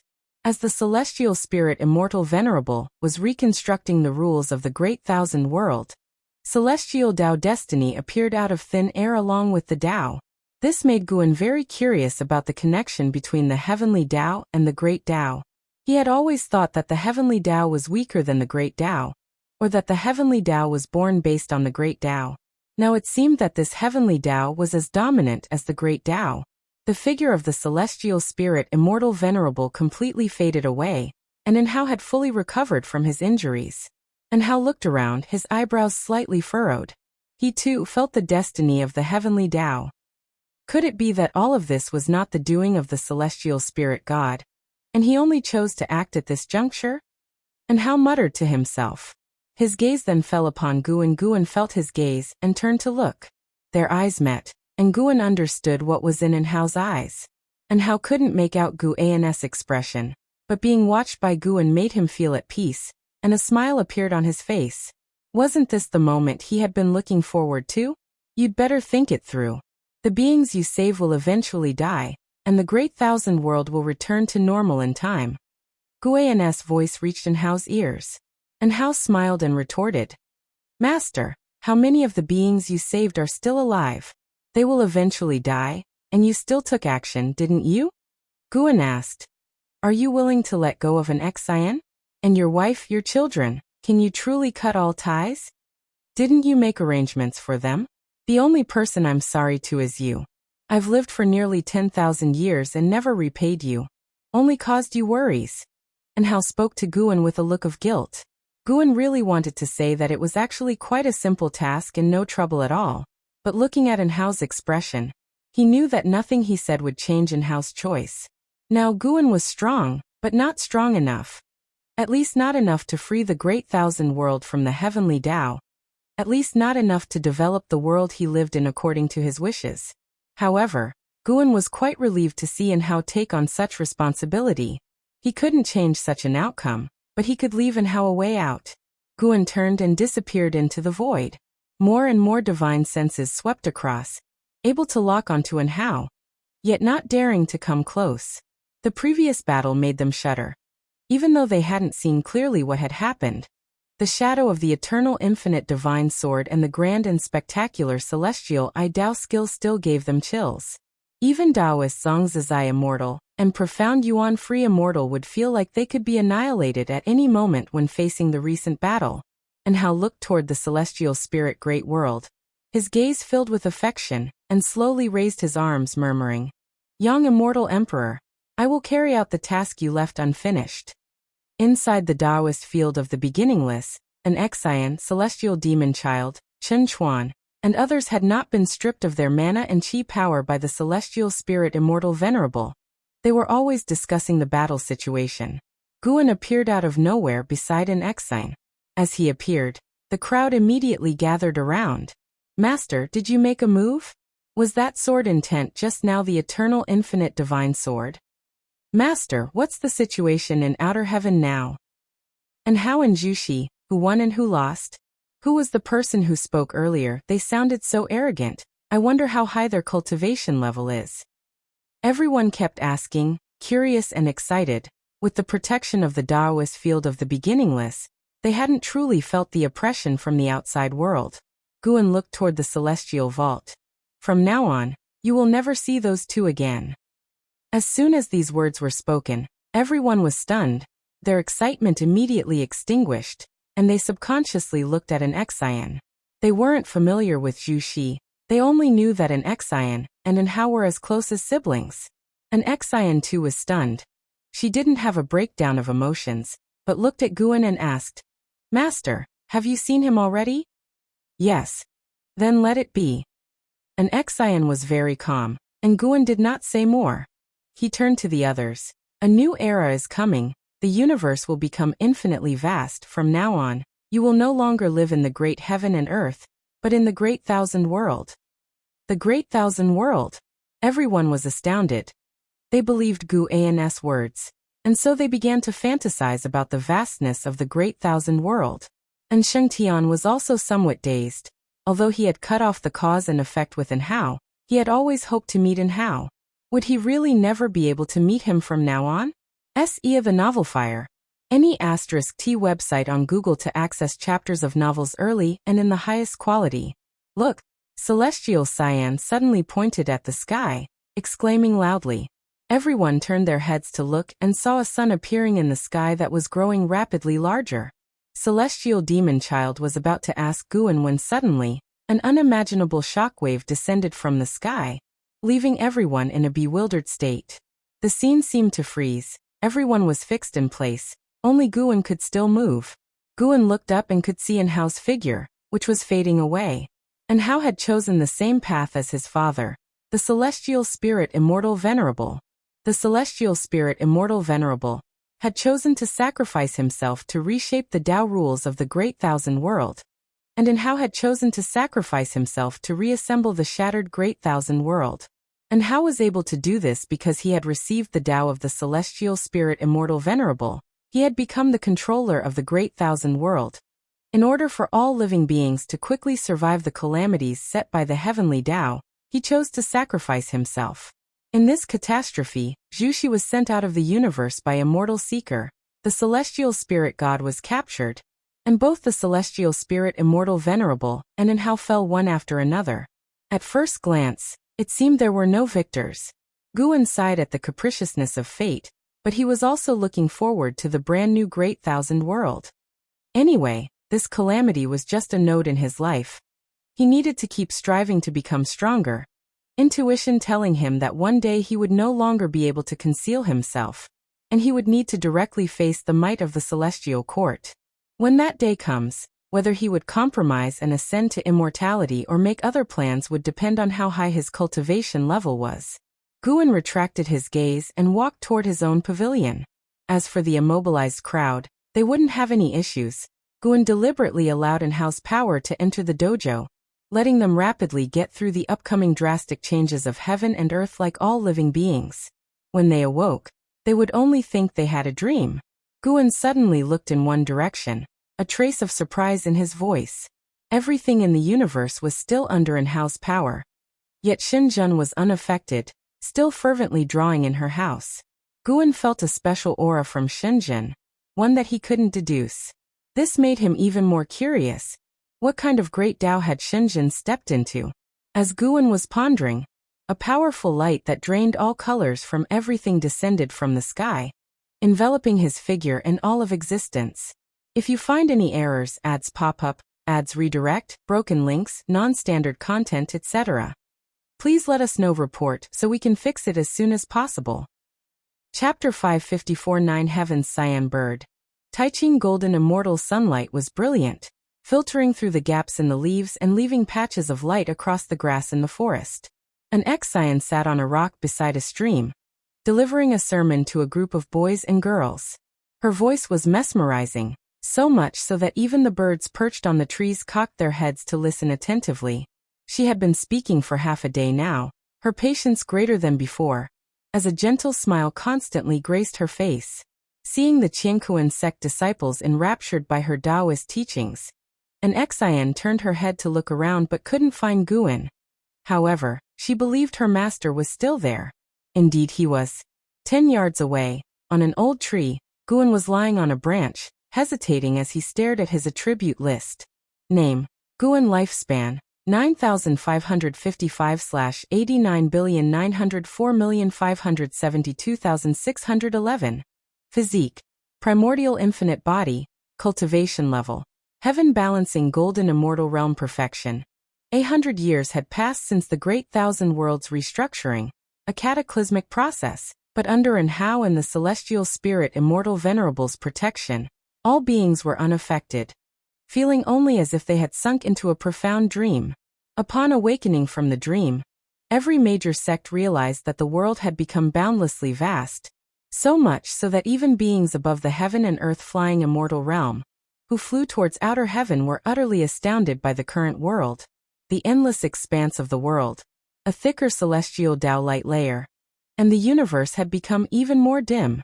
And how had gathered all the worlds within the cosmos to create the entirely new celestial spirit great world.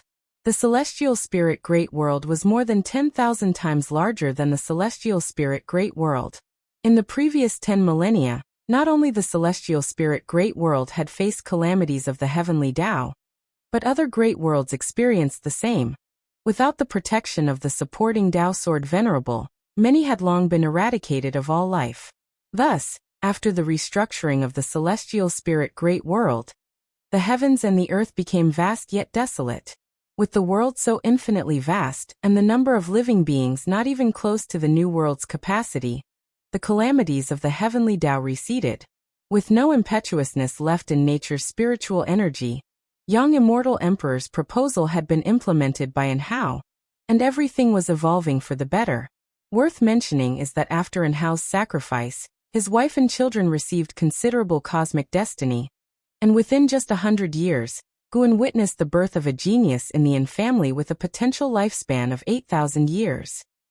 Guan wasn't sure if it was the world's favor or Anhao's will that looked after his descendants, but according to his calculations, the An family would rise in the next 10,000 years, eventually becoming one of the strong families in the world.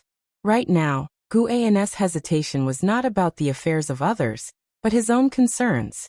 He planned to first comprehensively enhance his own Taoist techniques. Then, after accumulating another 200 billion years of lifespan, he could strike for an even higher realm.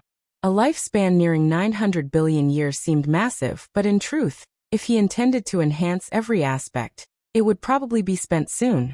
No matter, he must improve. Even though the celestial spirit immortal venerable had already reshaped the order of the great Tao in the Great Thousand World, and the celestial spirit god had not fallen, temporarily avoiding the celestial court's notice, he had to maintain the pace of getting stronger. After this increase in strength, he would start dealing with the celestial spirit god. Guan began to utilize his lifespan breakthrough. You have activated the lifespan breakthrough function. Based on your current realm, the following breakthrough locations have been selected for you. 1. Ascending to Yellow Heaven. 2.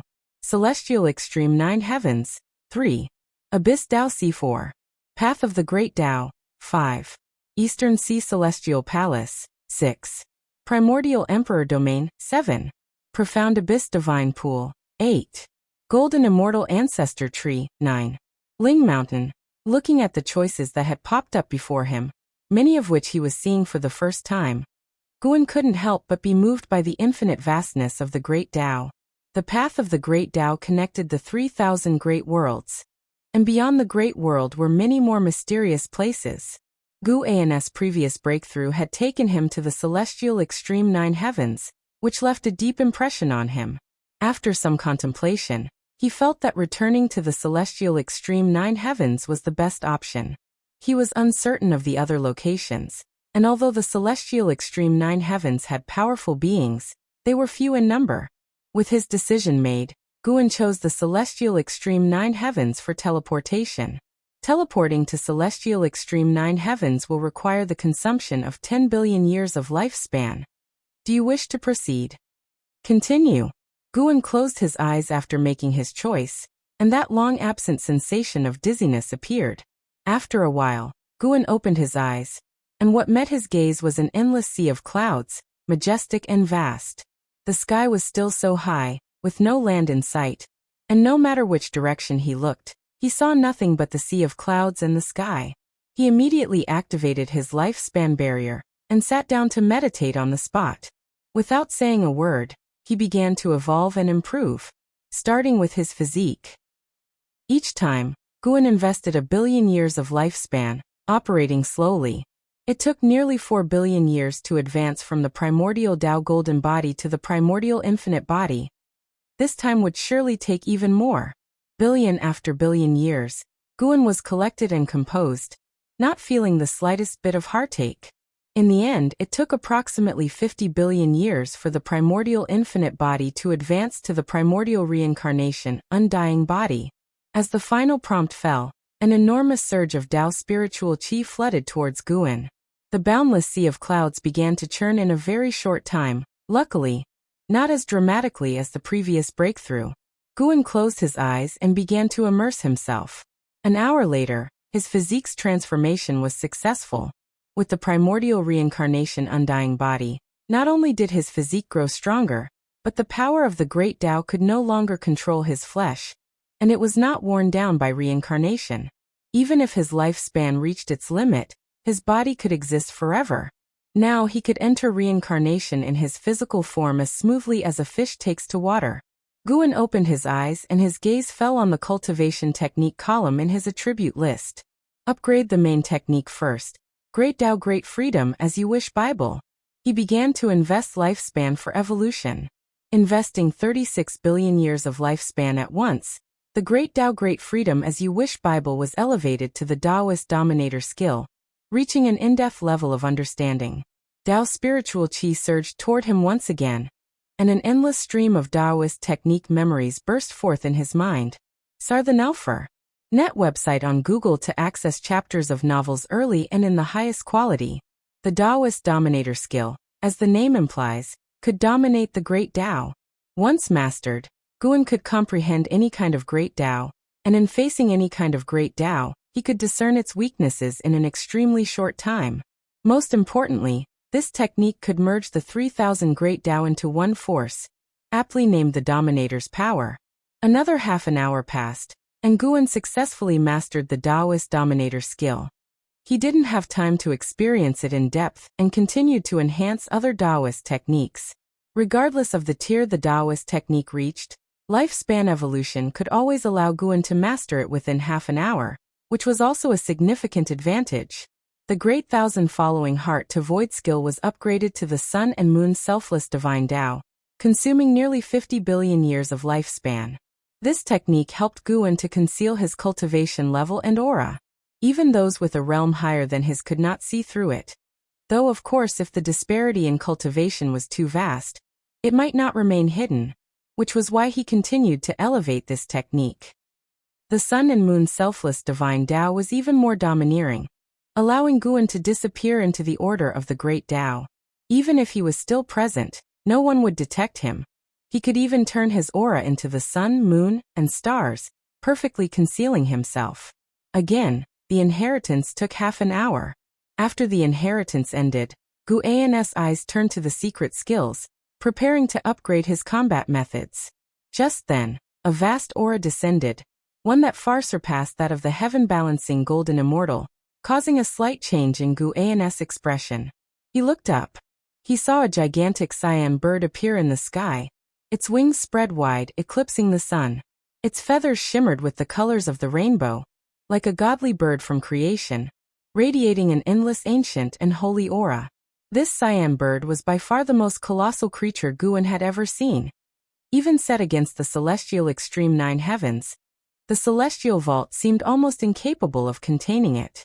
Guan hurled a lifespan detection at the Siam bird.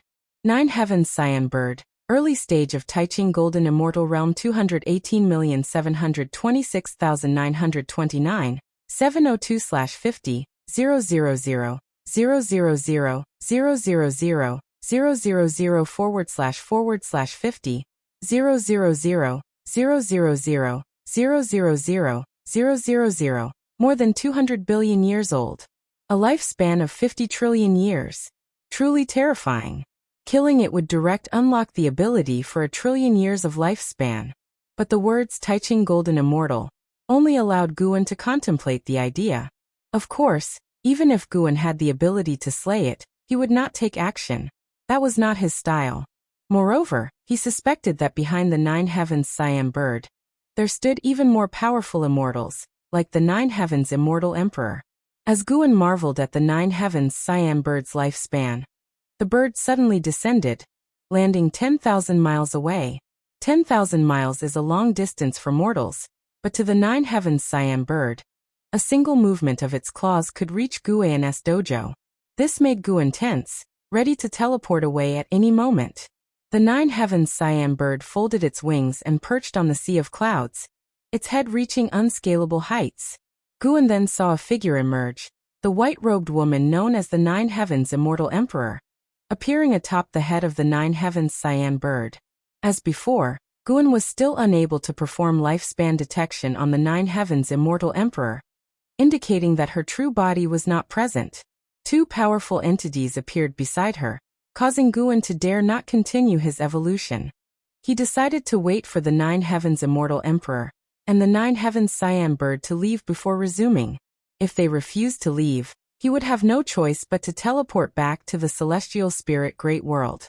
Search the novel Fire Net website on Google to access chapters of novels early and in the highest quality.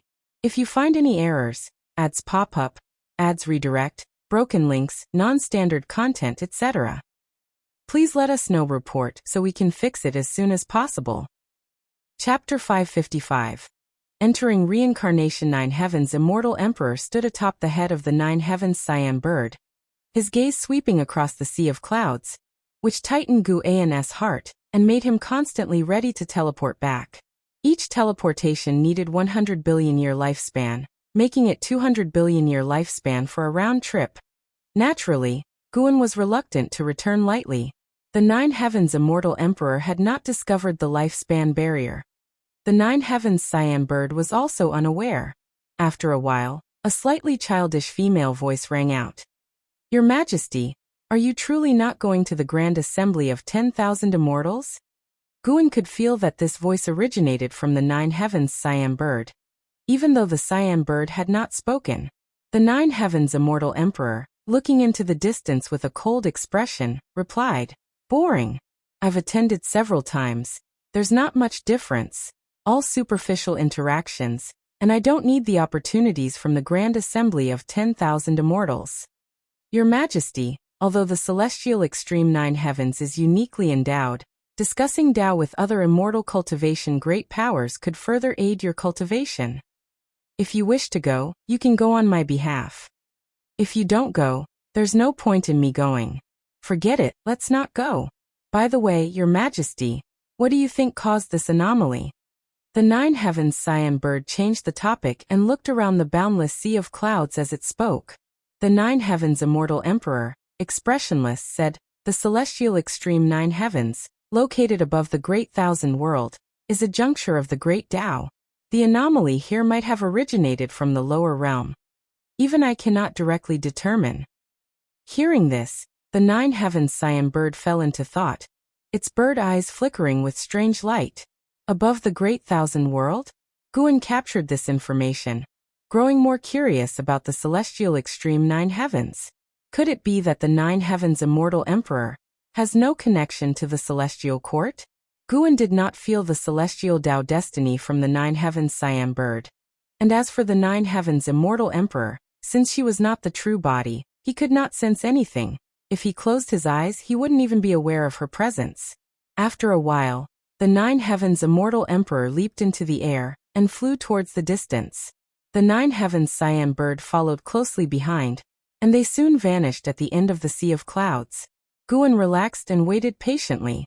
1 hour later, no longer sensing the aura of nine heavens Siam bird, he reopened the attribute panel and continued to enhance.